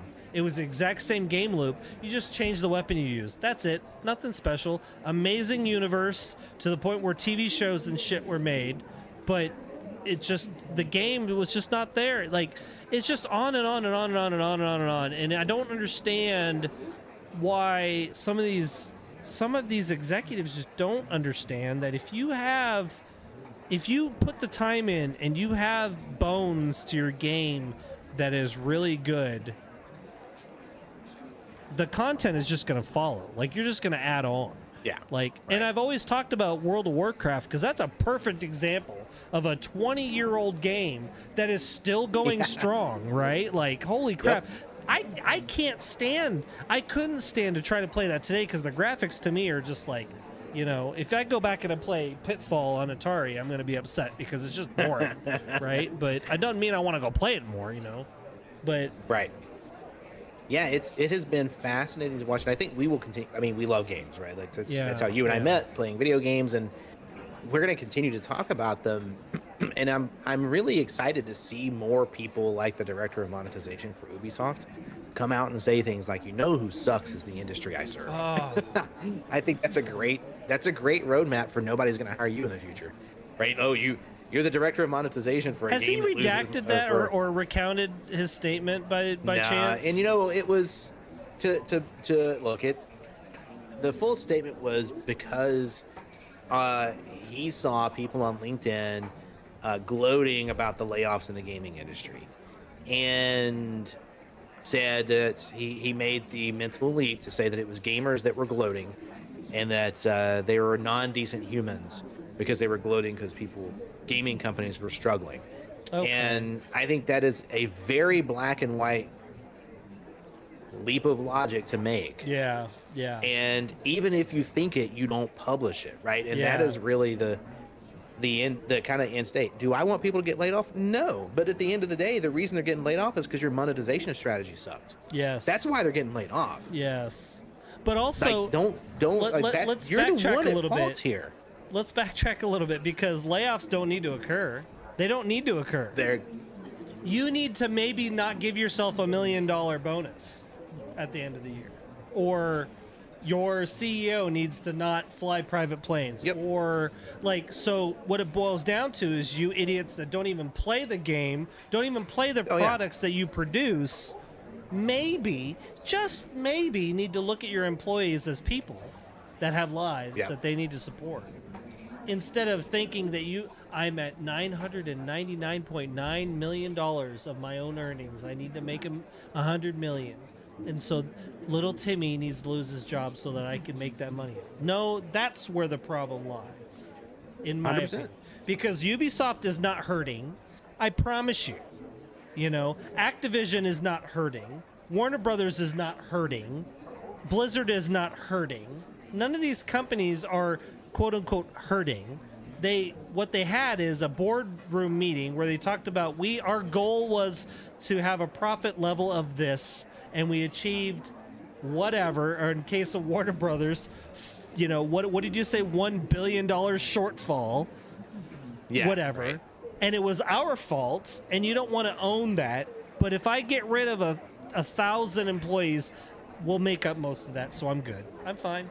I'm good with that. That's okay. You know, actually, the when you said that, it actually struck me. Yeah, it was Warner Brothers, who Justice League, right, was the Yep. game. Kill the Justice League was the game that we were referring to. That they said, hey, that was a $1.5 billion or $1.2 billion loss, whatever Yeah. it is, and they laid a bunch of people off. Rocksteady Games being primarily the target of that. And what's interesting is Warner Brother Games did publish Hogwarts Legacy the year before and made $1.3 billion. So it is almost a 1-for-1. 100%. 100%. And these gaming studios, this is why it makes me so angry. If it was let's say it was a game developer who said this, right? One of the developers of the company, I wouldn't think anything of it. You've got a right to be angry. If Yeah. you're the person that's making these games and you care so much about the art, you know, I've said this before on the podcast, I consider video games the highest evolution of art right now. Yeah. Right? It's visual, it's audible, it's all the things, it's experiential, it's all these things. And there are artists who are working in that field, whether they are creating the graphics, whether they're making the sound designs, whether they're writing code. These people Right. care really deeply about what they are That's their making. life's and work. all of them, they want to do an amazing thing. That's Yeah. all they want to be. Yeah. I remember when Cyberpunk 2077 came Oh out, God, yeah. and those developers were just like floored. Well, their executives made a decision to shove the game out into the wild broken. When it wasn't And- quite ready. And that unfortunately reflects on the people who developed the game, and it has Yeah. nothing to do with them, right? That's not okay. Yeah. And so when I see a direct, and when of all people, let's be clear about who I'm talking about. The director of monetization, in other words, your entire job, director guy, is to make money. You have nothing else to worry about. You're not making Yeah, the graphics. yeah, No yeah. one is coming to you and asking you to test the game.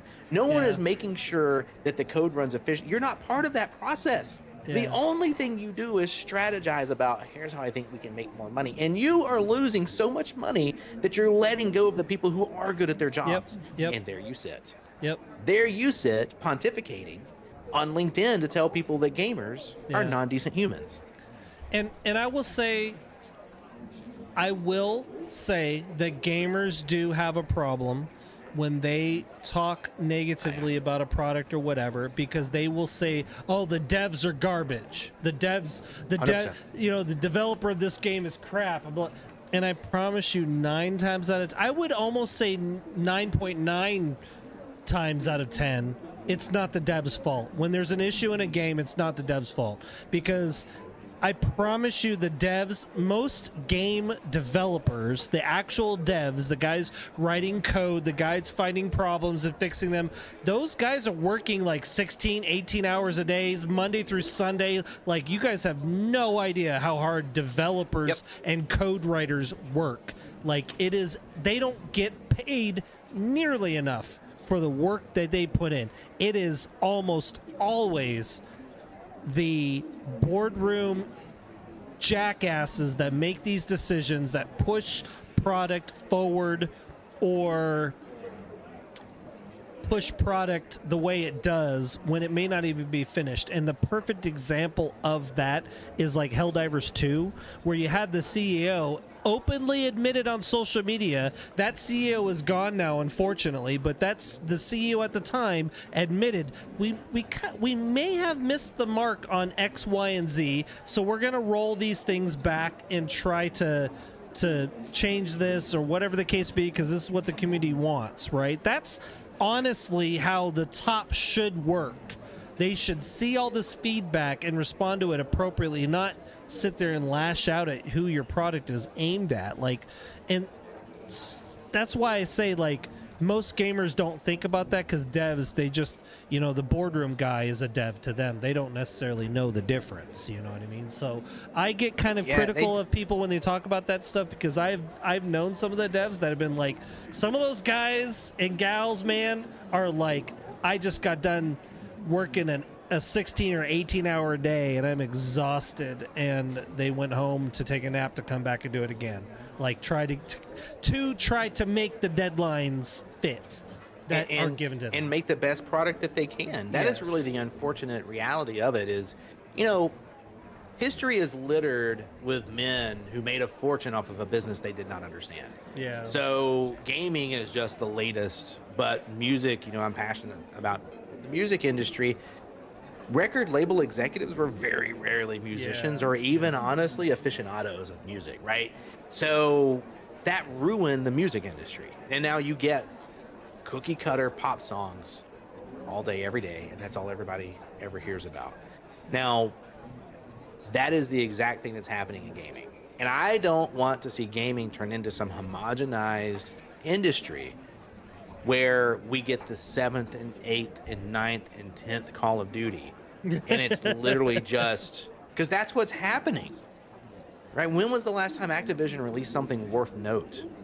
It's not interesting. You're not developing the art. You're taking a property and you're trying to pretend you're Fortnite, because Fortnite somehow was the one shooter that turned out microtransactions successfully. Out of the 500 that tried, they were the one that did it. And everybody's like, what we need is a battle royale, right? And that all came.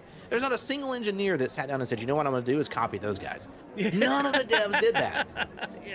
That was the monetization guy. I promise you that's who that was. Oh, you know what we need to do is copy Fortnite. And that is how original these folks are. So I will continue to be pretty aggressive, and I'll go hard in the paint, and I'll say things like, you know what, you're just bad at your job, because you're bad at your job. And if you ever want to sit down and have a conversation about it, I will, and I'll tell you to your face you're bad at your job. Because at the end of the day, you're letting great people who love this industry leave it. And the industry at large will suffer because you're incompetent. Yeah.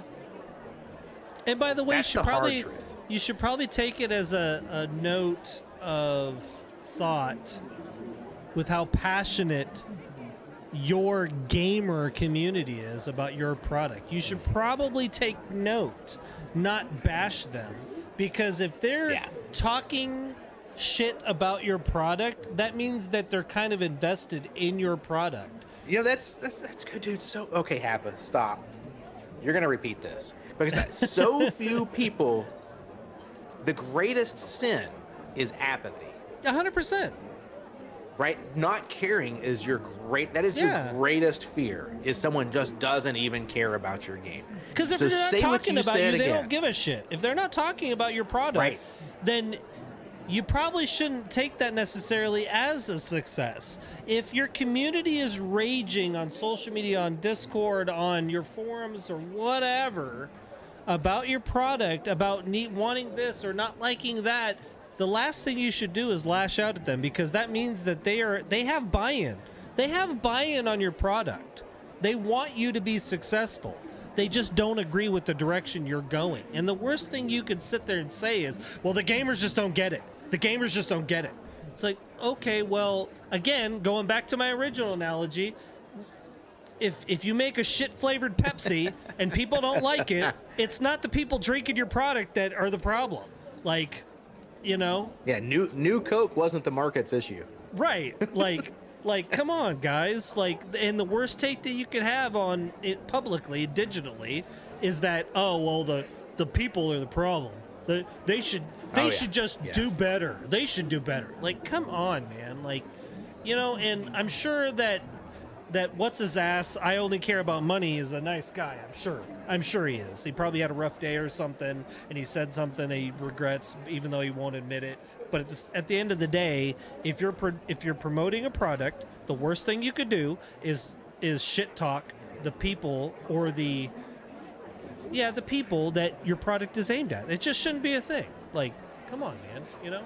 Anyway. Yep. Well, thank you for letting me vent about that.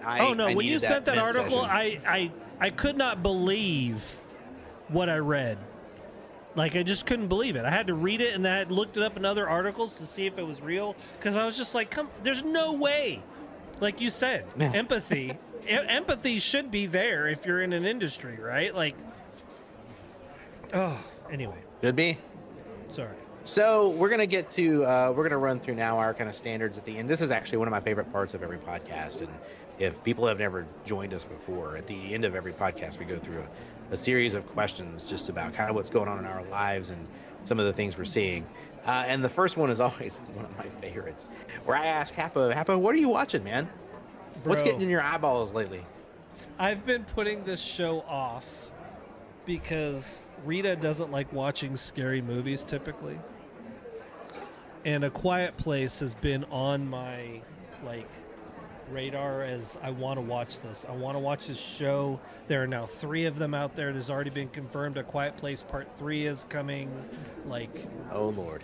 Beyond that, I have no problem talking about how much I love Another Dude. And John Krasinski is I love that guy. I don't think I've ever seen him acting in anything that I haven't loved. You know, the guy is amazing, and he directed A Quiet Place Part 1 and 2. He directed his wife, right? Which, by the way, sorry, Rita, but, you know, Emily Blunt, if you're ever out there, you know, you're available. And you're looking for a director? I'm just saying. No, but you need a director. I'm here. But A Quiet Place was legitimately a damn good. I love movies that are apocalyptic, but at the same time kind of show how we rise to the shortfall of something. So A Quiet Place is, for those of you who don't know, and I'm not going to throw any spoilers out there other than, you know, there is a monster that it functions off of hearing. So you don't want to make noise at all.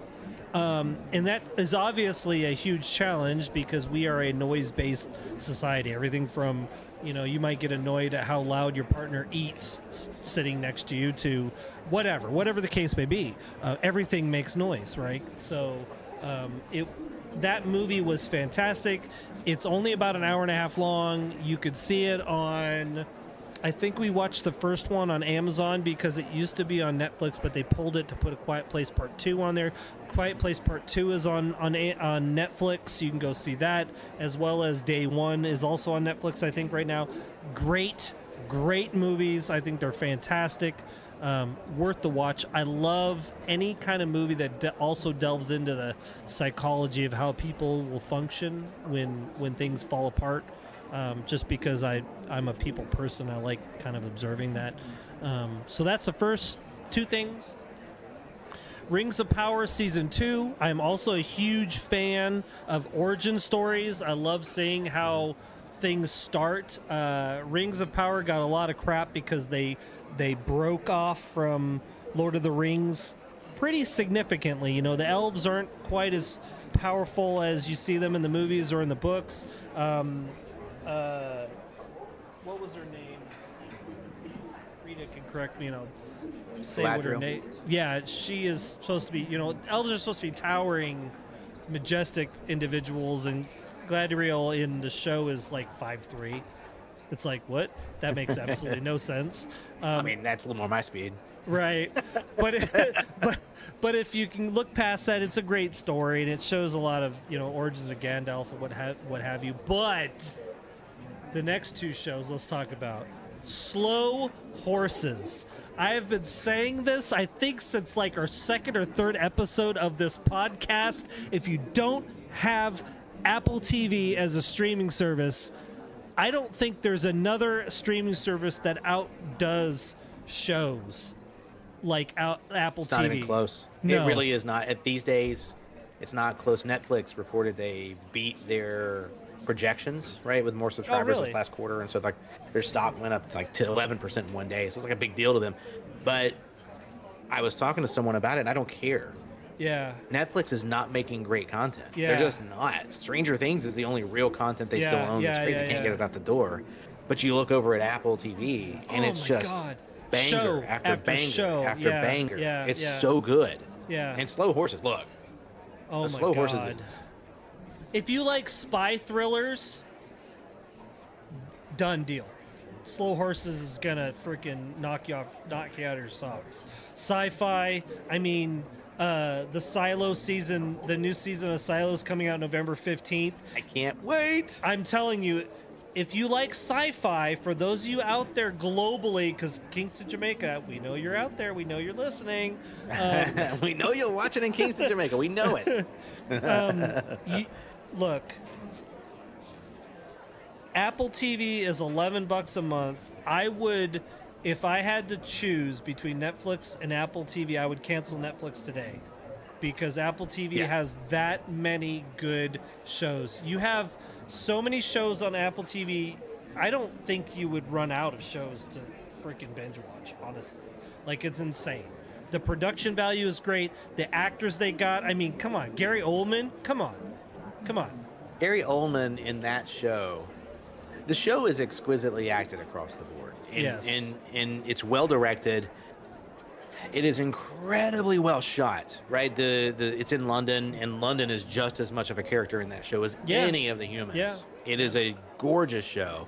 It's well shot, and the thing is it's just interesting. Yeah. It is. The characters are interesting. The stories are interesting. They're fun. It doesn't take itself too seriously. And Gary Oldman is. Has he won Emmys for this? If he hasn't, he deserves to win I don't Emmys, think 'cause so. this is I some don't of the think Slow best- Horses has won anything, which is really. It's I have to look that so up. good. Has I'm it going to have to won look that up because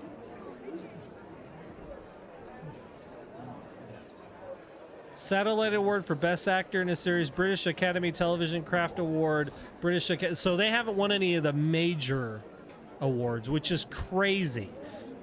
To give you an idea of how successful Slow Horses is, okay, season 2 of Slow Horses just ended like 2 weeks ago. They are already filming season 3 season 4, excuse me, right now. Season 3 is done. yeah. They're in post-production right right. now. And 4 is being filmed right now. That's how successful Slow Horses has been. The other thing to note, something I didn't think about, right? Streaming services. So Fallout's a perfect example. Amazon Video's show. Fallout is not expected to have a season 2 for 2 years. Think about that. 2 Yeah. years. Yeah. Apple TV's production, they produce a new season, it seems like, every year, which is about on par with television, right? That's about correct. Right. With, Yep. with syndicated television, which honestly is a big reason why I've started canceling or shutting down a lot of my streaming. Like, I just recently canceled Disney Disney Plus, because their shows are like 2 years in between, and I literally don't go to Disney Plus unless there's a new season of something. So there was nothing to justify me spending $160 for a year of Disney when I watch a show for like 2 weeks and then don't come back to them for an entire 2 years, right? So I just recently canceled them. $11 a month, which I think is one of the cheapest streaming services out there. For the production value, the foundation, the silo, what was the one where they're all deaf? The See? See? You talking about blind? Oh, they're all blind. I'm sorry. Slow Horses. There's a bunch of movies, like Greyhound and what have you. The 8th Air Force show that was on there.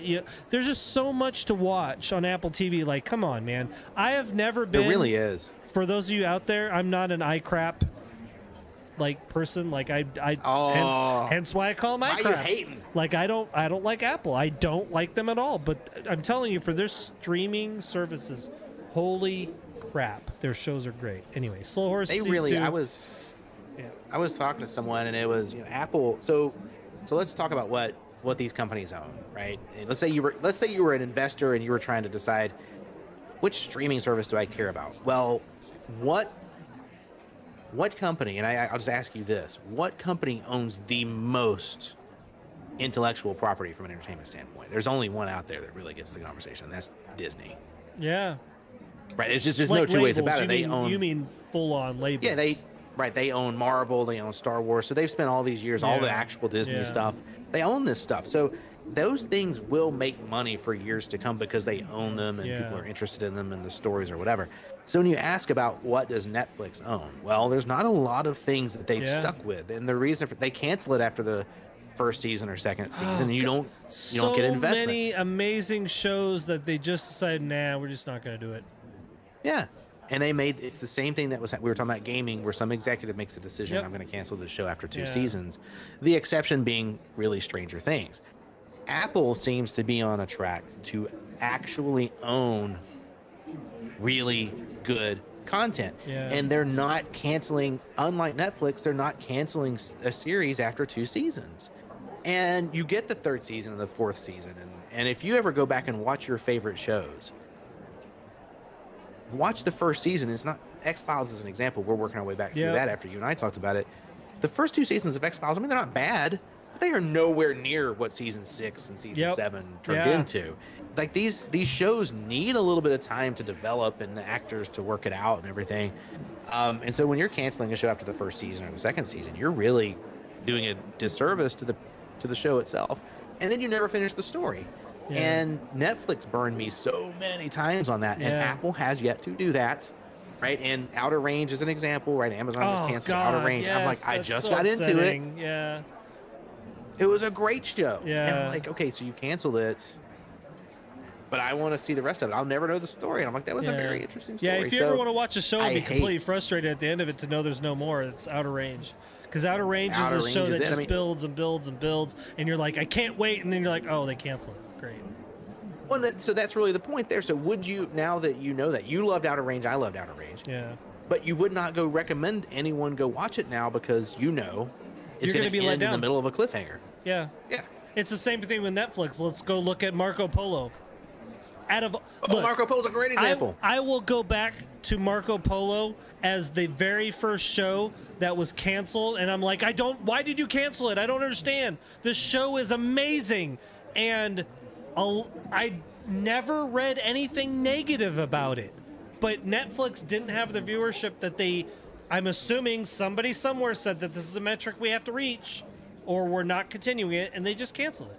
And they do that repeatedly, right? 1 or 2 seasons, cancel it with a cliffhanger, nothing, no finalization, like nothing. And they do it over and over and over. So you're never going to go back and watch those things. Oh, God. Now, if Apple will, because I do think something like Slow Horses, as an example, needs to end. Yes. I don't think it's not Seinfeld where you want to go 15 seasons or whatever. Yeah. You don't want to do that. Eventually, it's not a sitcom. where you're like, it's just going to get old, right? Right, it just needs to end. You know, you don't want to do what Lost did. Yeah. And you had like two seasons where like, oh my gosh, this is amazing. And then it's like, and then we never saw Smoke Monster again. And the polar bear, where the hell did it go? Like what? Yeah. What? There's so many open doors. I don't know where to go. And then they're like, oh, they were in a church. Wait, what? and it's Yeah, over. yeah. What happened? Yeah, yeah. So like you don't want that to happen. And I will say that what I have seen be fascinating recently is this shift to the limited series where you have a movie quality story. In other words, they say it's going to take 7 episodes to make this. But it's like a 7-hour movie. They write the entire thing knowing the end, knowing the beginning, and the stories they get to unfold. We started watching Disclaimer, and similar story. It's like, okay, this has the opportunity to be an amazing story. Let's see how Sure. it's Kate Blanchett, right? So you got me there. Like I'm in. God, That's all. it's gonna be awesome. Yeah. Right. So like she's in the show. I'm watching, and if they'll continue it, it's going to be great. But if they try to push it too far, you're going to end up with a 4th season or a 5th season you didn't need. And so there is an art to saying the story needs to end. And I will say, if Netflix wanted to cancel shows, if the 2nd season of Outer Range, as an example, ended the story, I'd be fine with that, and I would recommend people watch it. Yeah. But when you kill it in the middle, you've lost me forever. I'll never come back to it, and I'll never recommend anyone else to. There's so many questions that you're like, I wanted to know this or that or whatever. You just have no idea where it was going to go. And there's so many. That's the problem with Outer Range, because there's so many cutbacks where you're like, oh, this is going to go an amazing direction. And then you're like, oh, I guess I'll just never know. We'll just never know. Yeah, It'll never make sense. It was a to me buffalo. is- A buffalo ran over his truck, and Yeah, What? exactly. Whatever. What? Where did that? What? I don't understand. Why is there an arrow sticking out of the side of his truck? What? Like, yeah.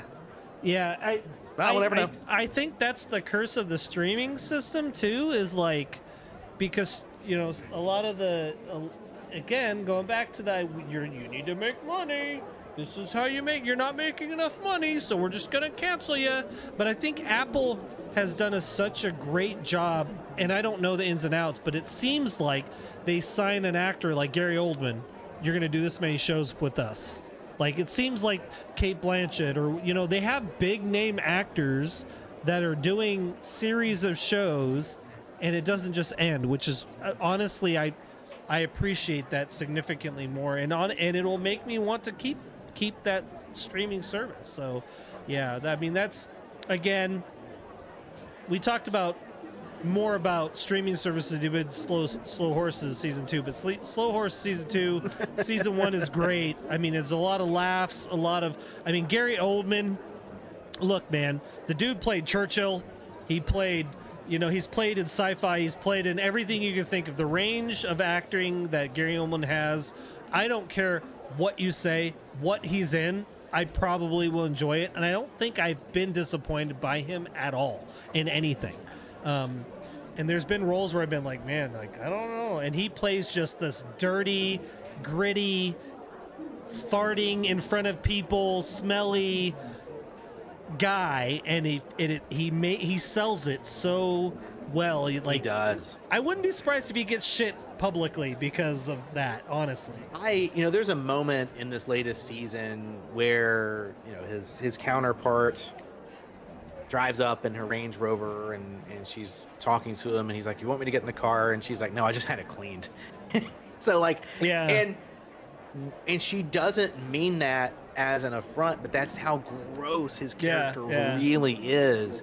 And the way he owns that character, and no spoilers, but the character is not a pushover. Yeah. Right. This is one of the greatest spies in history. Right. So like, it's this very deep character with a ton of nuance, and you could make that a real caricature kind of character, right? Sure. You could make it like, oh, it's hilarious, but I don't really, right? No, it's a really well done character, and it takes an actor like Oldman to make you think like, okay, that's a very complex character, right? And to own it, and Slow Horses, man, that's as good as there is to watch, in my opinion. He did an interview. I guess him and the director will share texts back and forth, and the director literally sends him audio clips of fart sounds for them to make the choice of what fart sound to use in the show. And that's literally, I believe it.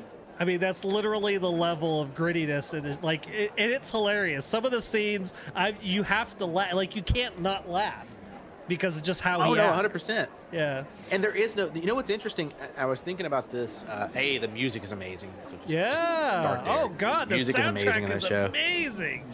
soundtrack is unbelievable. Yeah. Even the intro song Yes. on there, I Yes. love it. It's so good. But what I noticed about that show is there is no comic relief in that show. Yeah. So there's nothing in that show that is funny. But Gary Oldman's character has things that are so ridiculous they're funny. Yes, but they are yeah. not meant, Yes. and they're not meant as comic relief, right? It's Yeah. hilarious, but it's like that's not the characters in the scene are not like, no, there's no comic Yeah, relief. So yeah. they carry this tension through the show, and he's the only character in the show that does anything funny at all. And it's really not. It's kind of like It's gross cringy funny. gross It's funny. just so well done. Yeah. Yeah, it's so well done. Glad And we were then- talking about it. It's fun to talk about that. So we kind of digressed a little bit, but the last show I wanted to talk about. Look, I just got done bad mouthing Netflix for like 10 freaking minutes, but if you haven't seen Ancient Apocalypse on Netflix, and this one I would recommend for you and Mel, Okay. from the nerd point of view, but also because I know kind of how you think a little bit, I think you would probably love it. One of the things I've always thought throughout my entire life is it's a little weird to me that there is no conversation. Oh, this guy's great. Yeah. Oh, Graham Hancock. If you guys don't know Graham Hancock, he's done a bunch of episodes on Papa Joe's podcast. He is a believer that society and civilization did not start 4, 5, 6, 7, 8,000 years ago, which is like the normal thought process, with Egypt and what have you. He thinks civilization started tens of thousands of years ago, and some cataclysmic disaster occurred on the planet that wiped a lot of it out. And we talked about it. I've talked about it a little bit. It's funny in my community and Rita's community about. There's a reason why people know civilization has existed for thousands of years in places like Egypt and in Europe and stuff like that, because you had these giant stone, fortresses and what have you that have existed through thousands of years, but there's building materials that don't last that long. There was an ice age 13,000 years ago, and suddenly the climate changed on the planet. And when we say suddenly, we don't mean like geologically, which is typically over 1,000 years. Like literally within a couple of years, the planet's climate shifted from ice age to tropical, like stuff like that. Every civilization has a great flood conversation, etc., etc. And what I love about it is Graham Norton, that's not the guy I was talking about, Graham Hancock. Graham Norton is not a archaeologist, but Graham Hancock, he never says this is how it is. He talks about what ifs. That's how he always talks to the entire what if. What if humans were here in North America and South America, 15,000, 16,000, 18,000 years ago with great civilizations, and we just don't know about it, right? And he got a lot of flack from the archaeological community. I mean, to the point where they were trying to cancel him. They were trying to cancel Netflix for having his show. Like, just insane the amount of flack that this guy got. Is that where the archaeological community said, you know what? We believe this is misinformation and we shall not stand for it. That's where they drew the misinformation line? Yes. Yes. Okay. Because just making sure I'm keeping up. And I send 70s articles of, like, hey, you should watch this episode of Joe Rogan or whatever, and I know it's like several hours long typically, so I don't know if you ever get to them or not. But one of them was,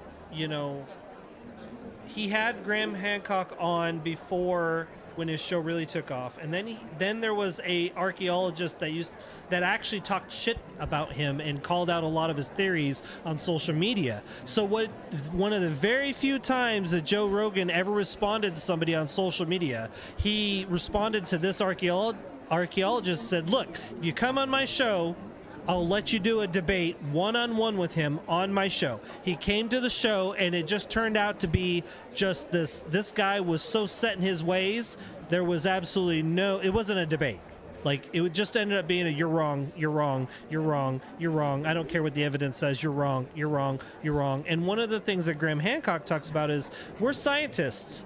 We're supposed to be objective. We're supposed to be open to other views. That's what science is. We're supposed to find the science and investigate. And unfortunately, because so many people have this buy-in to, well, this technology only existed here, and I've written 6 books or 7 books or whatever, all these papers, I would have to go back and redact all this stuff. It was wrong. I can't do that. So you're wrong.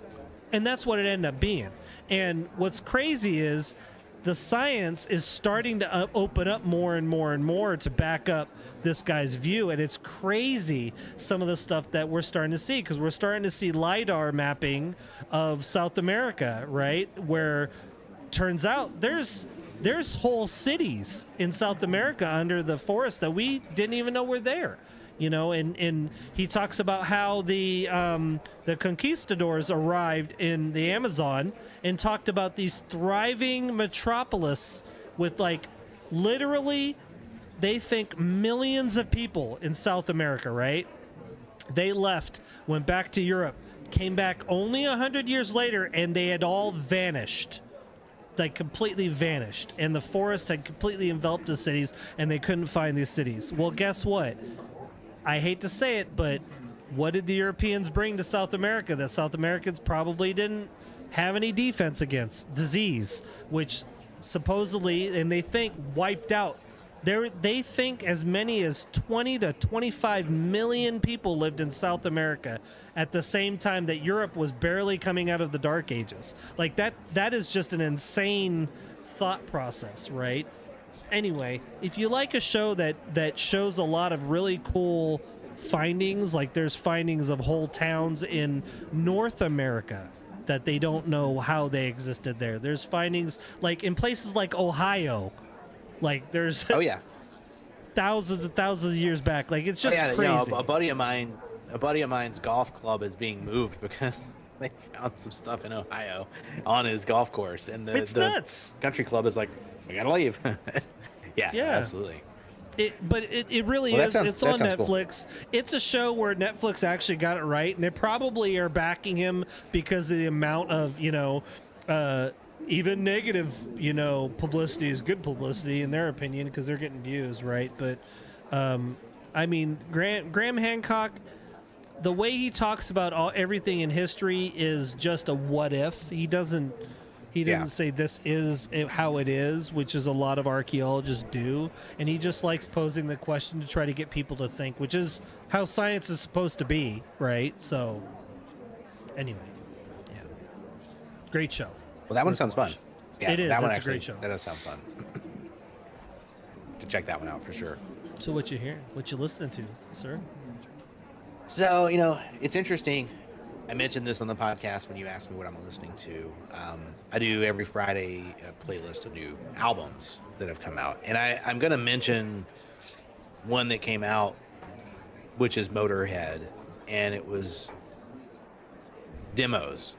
So they released an EP of demos from Motorhead. And anybody who's into metal or historic metal should go check that out. But what I'm listening to right now, in actuality, is a new album from Jerry Cantrell, who you would know from Alice in Chains. Yeah. Is the singer from Alice in Chains, guitar player.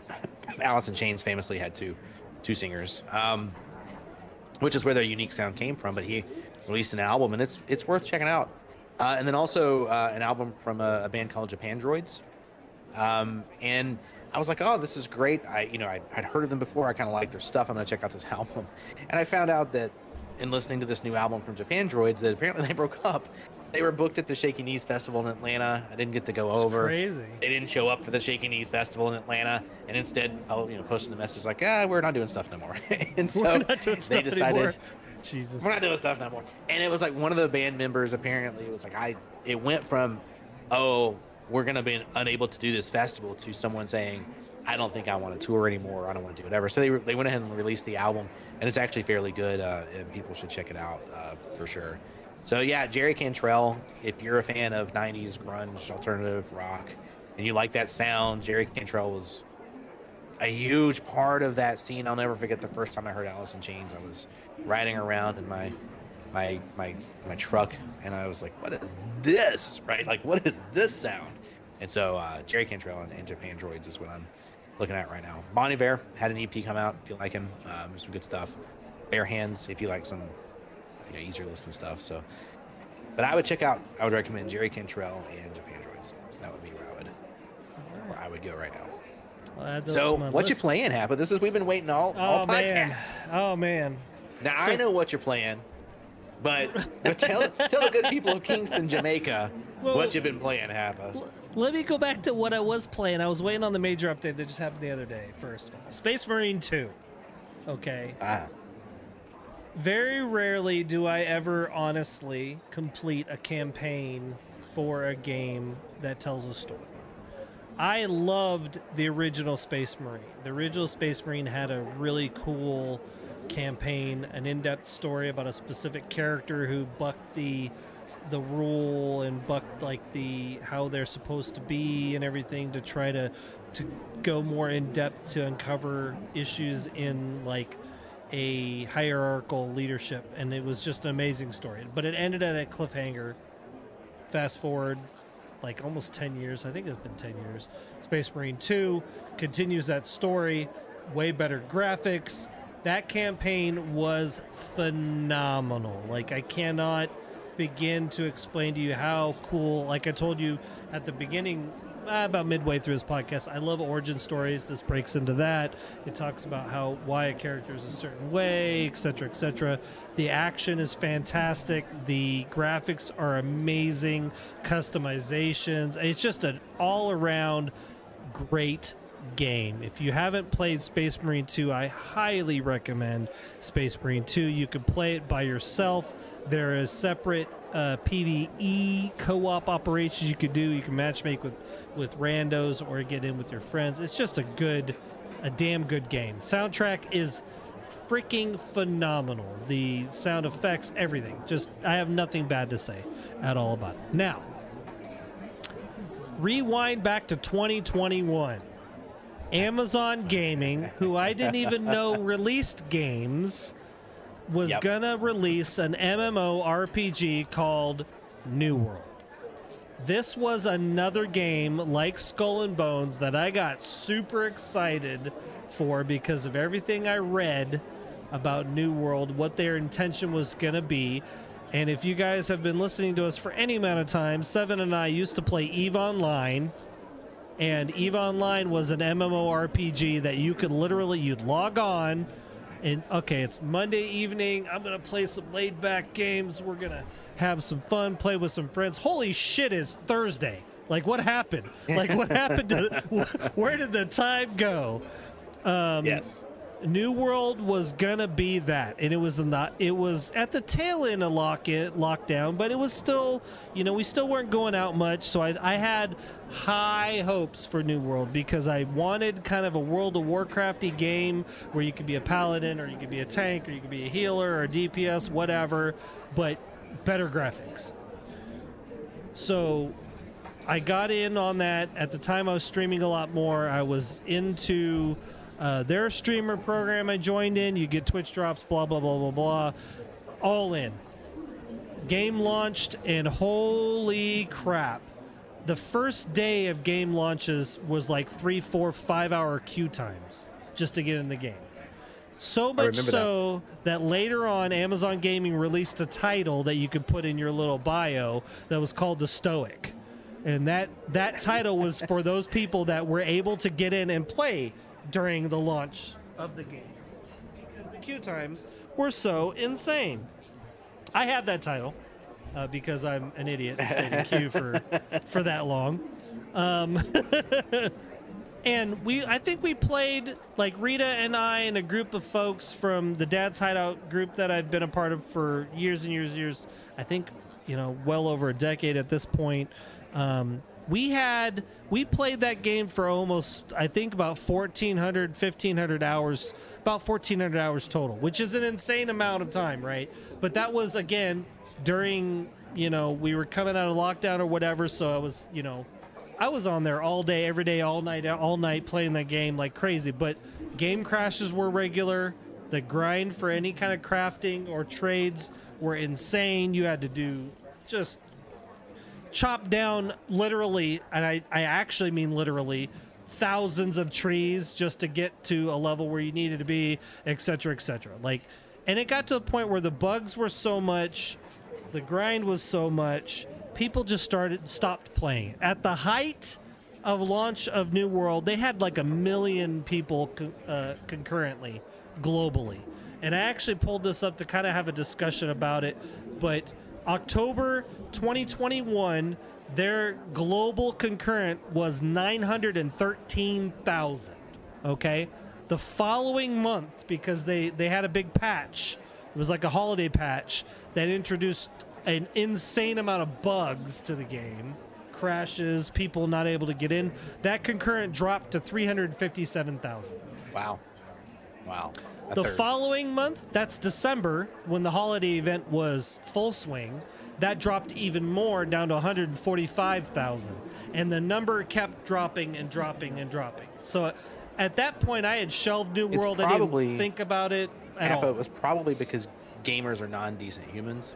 Yeah, 100%. It's the gamer's fault. You should blame the gamers. Completely. So you had put it down when that occurred? At around that time, I remember October, November, December 2021 kind of was when I was like, nah, I'm done. I'm good. Because you'd log on to go do a dungeon with your group, but you couldn't do it because people would, I crashed. Okay, we'll wait. And then they'd get back in, and then you'd crash. And then you'd get back into your friend crash, and you just couldn't do nothing. It was just that unplayable.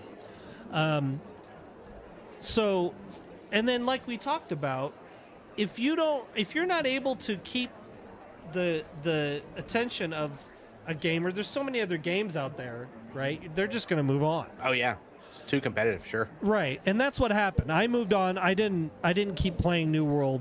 Well, fast forward to about a month ago, my brother was like, hey, New World's got this update and that update, and we're always looking for games that would be played together. We played First Descendant, and we kind of got to Endgame and First Descendant, not completely, but it was kind of getting a little repetitive, and we were looking at this and that, and my brother had talked about he played New World back in the day. This is really before I played New World, or I played games with him, and I had told Rita at the time, because she's the one who told me that my brother had said that. I was like, I really don't want to get back into New World. Like, I remember how bad it was and blah, blah, blah. And then one night Rita's like, your brother's on and he's playing New World. I thought about downloading it and blah, blah, blah. And so I was like, all right. I downloaded it.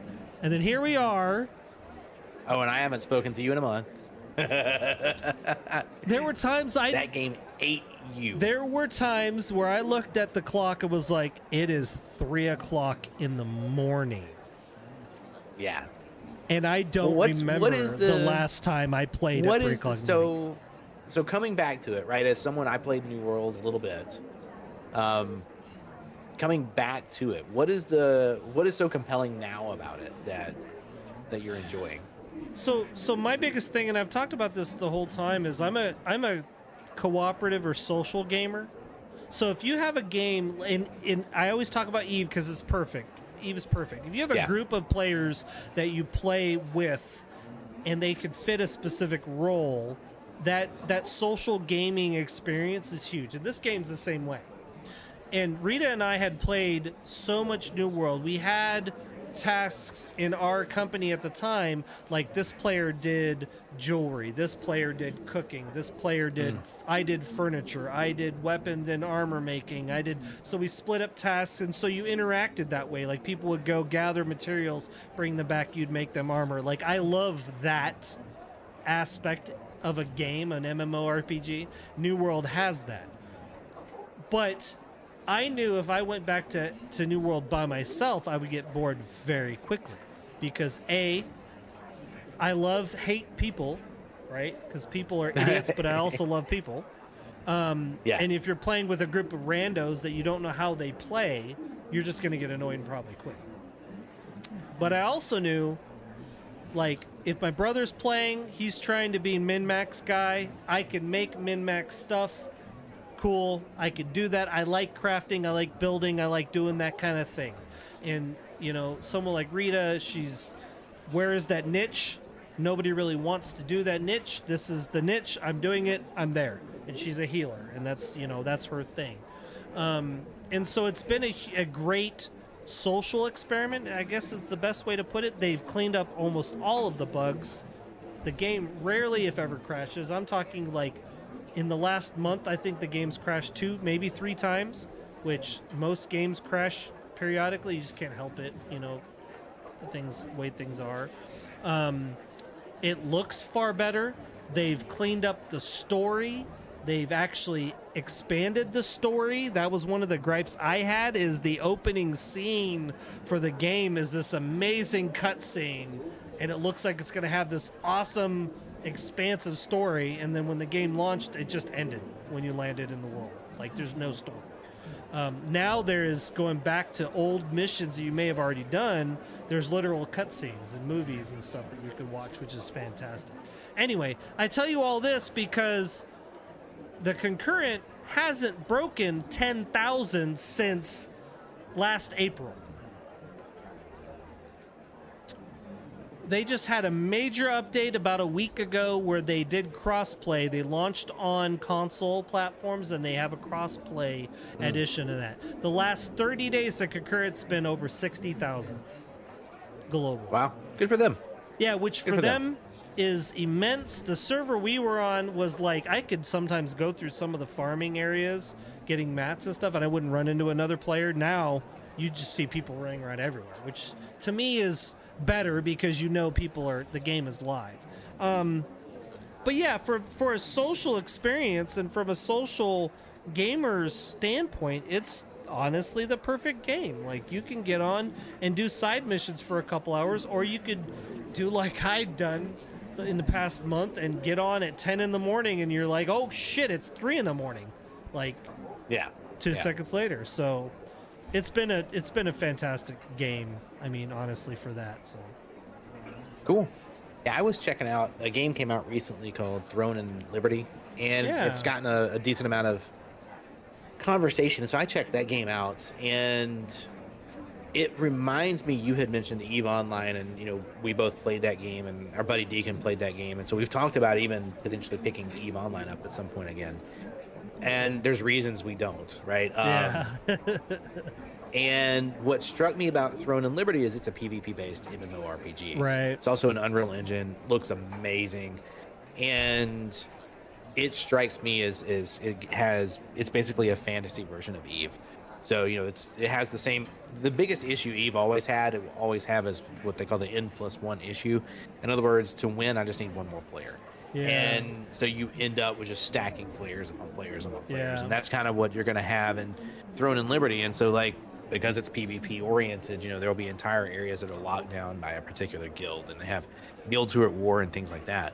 But one of the things that struck me after having played probably all the MMORPGs over the years, at least some, one of the things that struck me was there were so many people in the game that it felt like the game was alive. Like, the cities had so many people running around. Yeah. And if you can, if Final Fantasy 14 was probably the closest I'd come to seeing like that. And a game where it is vibrant and you see people, I agree with you. That just makes it a better experience. It feels like, oh, there's things going on, and that's cool. And there's a randomness feeling, and oh, there could be something happening that's interesting. And I was really struck by that with Throne and Liberty. So I got, basically, it's probably 3/4 of the way through the story in that game, and it looks great, and it is, it seems pretty great. But it's made by NCSoft, who has a pretty rough history of over monetization, right? It's a Korean organization. Right. They just laid off a bunch of people, and so I kind of feel like it's one of those things. It's a free to play game, and I feel like it's really good. It's really, really, really good. But it's one of those things where you feel like, man, I'm being burned by so many free-to-play games who get you in and then go have these aggressive monetization strategies that make it pay to win, and they punish the people who aren't paying by having amazingly difficult, boring grinds, right? Because they want you to give them money. I understand that approach, but it's just not what I'm looking for. And so, I had thought about picking New World up because you'd hit me up, and I hadn't done it yet. But man, I would be such a rookie in that world. So it is cool to hear that they're doing well. It's cool to hear that it sounds like over the past year or so, whatever it is, that they've listened to people and they've made adjustments, and they've definitely improved. That's always positive. They've definitely improved it. Yeah, that's nice to hear. That was one of the things that I didn't mention when I was talking about it. Was one of the things that really turned me off about New World was they tried to figure out how to balance the game around PvP and PvE, and I don't think you can do that in an MMORPG. You need to go one or the other. You just have to. Yeah, I've never seen it really work that well. And that was the problem, is like New World, they leaned into PvP way more because there's a lot of tryhard sweats that wanted that PvP, and it honestly just soured the game for me. And now I think they've legitimately got their stride down where you don't have to PvP. You can accomplish the end game in New World without ever shooting at another player. I'm a perfect example of that. Does it take a little bit longer? Sure.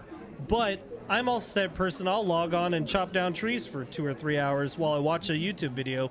I don't care. Right. Like, I have no problem doing that. You know, and a new player experience, especially if you get in with people, it's just like we talked about First Descendant before. Like, it's okay if you're a new person coming in, and because you're going to gather mats that you need anyway if you're somebody that's been playing endgame. And New World's the same way. Like, I gotta go back to the starter area and farm stuff that I need anyway. So, like, I'll be roaming the world and I'll see some poor little level 4 having problem killing a level 5 pig or something like that, you know? And I'll roll in with my musket and one-shot it for him and then run away like, hey, have a great day. You know, I've had people that, when I was new, rolled up to me when they were max level and traded with me and just gave me stuff. Like, literally just stuff that they probably had in their bags that they were going to throw away anyway. They just gave it to me. Like, that's just the stuff that I love about MMOs like that, because it's just open world. You just go do whatever. Like, you could tell someone's doing a mission if they're having a hard time. Like, I've seen Rita rolling around with me. She's a healer. She'll see some player off in a distance having a problem killing a boss. She'll roll over there and throw heals as that person's way until they beat whatever, and then we'll just continue on, you know. And that's I love that about social games. Like, I we've talked about it before. It's like, you know, it's silly that somebody would talk, an exec would talk about the problem with the game is the players. It's like, really, honestly, like, come on, man, like, come on. So, you know, and to put a bow on that, I played music with a guy one time, and he's a jazz musician.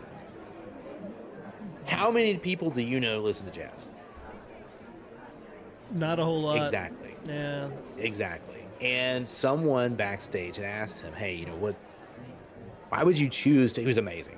He was an amazing musician. It was just a mind blowing. I mean, jazz musicians often are.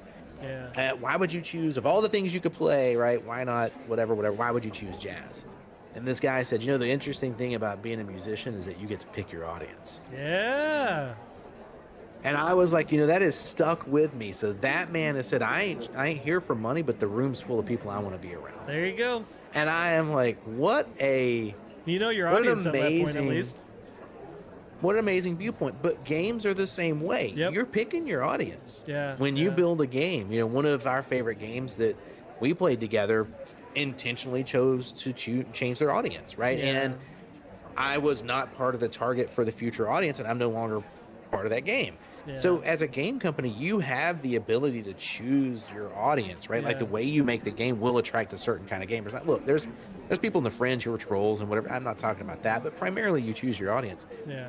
And the same thing goes for, if you're yelling at your community, that's the people that were there. Exactly. If you're mad at your community, you chose the community, they are there. They were the ones still invested. So the only thing you can do is alienate them. Yep. It sounds like New World has been listening, and that's good to hear. That's the thing that really killed me, was because I was very skeptical. I don't know how many times I told my brother and Rita, I was like, I am not downloading. I'm not going to play that game again, because that's just how burned out I was with it. And then I downloaded it, I loaded in, and I started remembering some of the fun shit we used to do with friends and stuff. And then I was like, all right, well, and that's what ended up being the 3 o'clock in the morning, where I'm like literally falling asleep at the keyboard, kind of, you know, gaming. But that's the thing I love about it. It's so good to find, though, man. It's so good to find. When you can get lost in a game, that is such a cool, such a cool thing. Yeah, it really is. It really is. Anyway, so here we are. Well, cool, happened. 2.5 hours. I think that about Yeah. I was watching that and I noticed that and I was like, this has been a really good conversation. I've missed talking to you. Glad we're back on it. We'll do it again in a couple of weeks, but Yeah, man. it's good to be back at it, man. Good to be back at it. Yeah, I'll try not to be shit this time and actually keep this schedule. It's gonna be great. Dude, as many times as I've had to bail on you, for the laughs, I'll let you take that. But man, I mean, Yeah, but the difference is you have real life, like you have like IRL stuff you're doing, and mine is like I'm literally cutting down trees and like, what the fuck time is it? Oh my god! Well, the visual of you though standing at the counter at Walmart and the person like checking you out looks up at you like awkwardly because all you're doing is holding one of those. And I'm picturing the old alarm clocks a with giant the big red analog, on the front. like with the hands. They're just like, he's like, all you need is a clock. All I need yeah, is a clock. yep. He's like, you don't have a phone. I was like, that's not the point. The letters aren't big enough. Yeah. I need something above me I can see. All right. Anyway, folks, Well, this is fun, man. I tell you what, we've talked about this a million times, and I think we talked about it a few episodes back where I was like, we originally said we wanted to try to keep it to 2 hours, but in my opinion, podcasts are great because you can pause it whenever you want. You can keep going whenever you want. You're driving to work, you can listen to it in 40-minute runs if you wanted to, whatever. And that was one of the things I kind of told Seven before. I was like, I don't really want to worry about time frames too much in terms of length and all that stuff. And I think we've done a great job just kind of talking until we're kind of done. Hopefully you guys don't get too bored with it. I hope that you guys have enjoyed this journey that Seven and I have been on for 2 years now, by the way.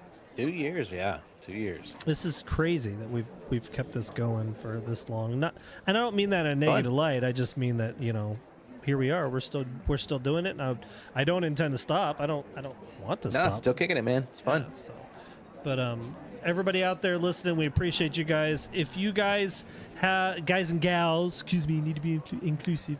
If you have ideas for topics you have or questions about something we've talked about, because there's a chance we're gonna roll back and talk about stuff again at some point, hit us up on all the various platforms. You can put in our chat here, even on the VODs. I usually go back and I look at any comments or what have you. I think you could find us on just about every platform out there anyway. Message us on Discord or X, Twitter, YZ, whatever we're calling it today, all the various social medias and what have you. I know I appreciate the hell out of all of you. I think Seven does too. So hopefully we'll continue to have you guys' support. Hopefully you guys are having a great rest of your week. And I hope to have your continued support for the future. And we've talked about this year is rough because of all the crap and everything out there on social media, which we talked about for the last 2 hours. Please get out and touch some grass, go see some sunshine, go enjoy some time with your family and your friends and all that. And above all, if you call your mother. I've said this a few times. I wish I remember the actor's name. I'm sorry. If you look up "Call Your Mother" quote, you'll see it. It was an actor.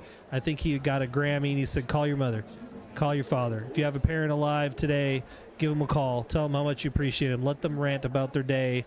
I oftentimes roll my eyes at my dad's rants about his neighbors and what have you, but I'll listen to them because when those folks are gone, you're gonna miss them.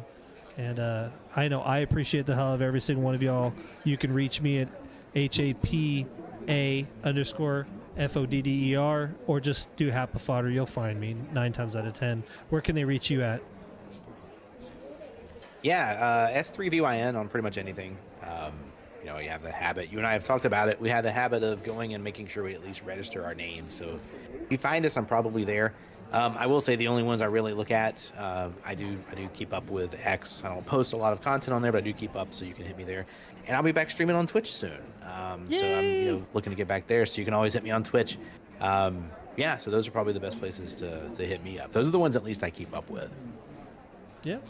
And as always, hope you guys take care of yourselves, take care of each other, laugh, smile, make someone else laugh, smile. Take care, and we'll see you guys next time. Have a great night, guys. Good night, everybody.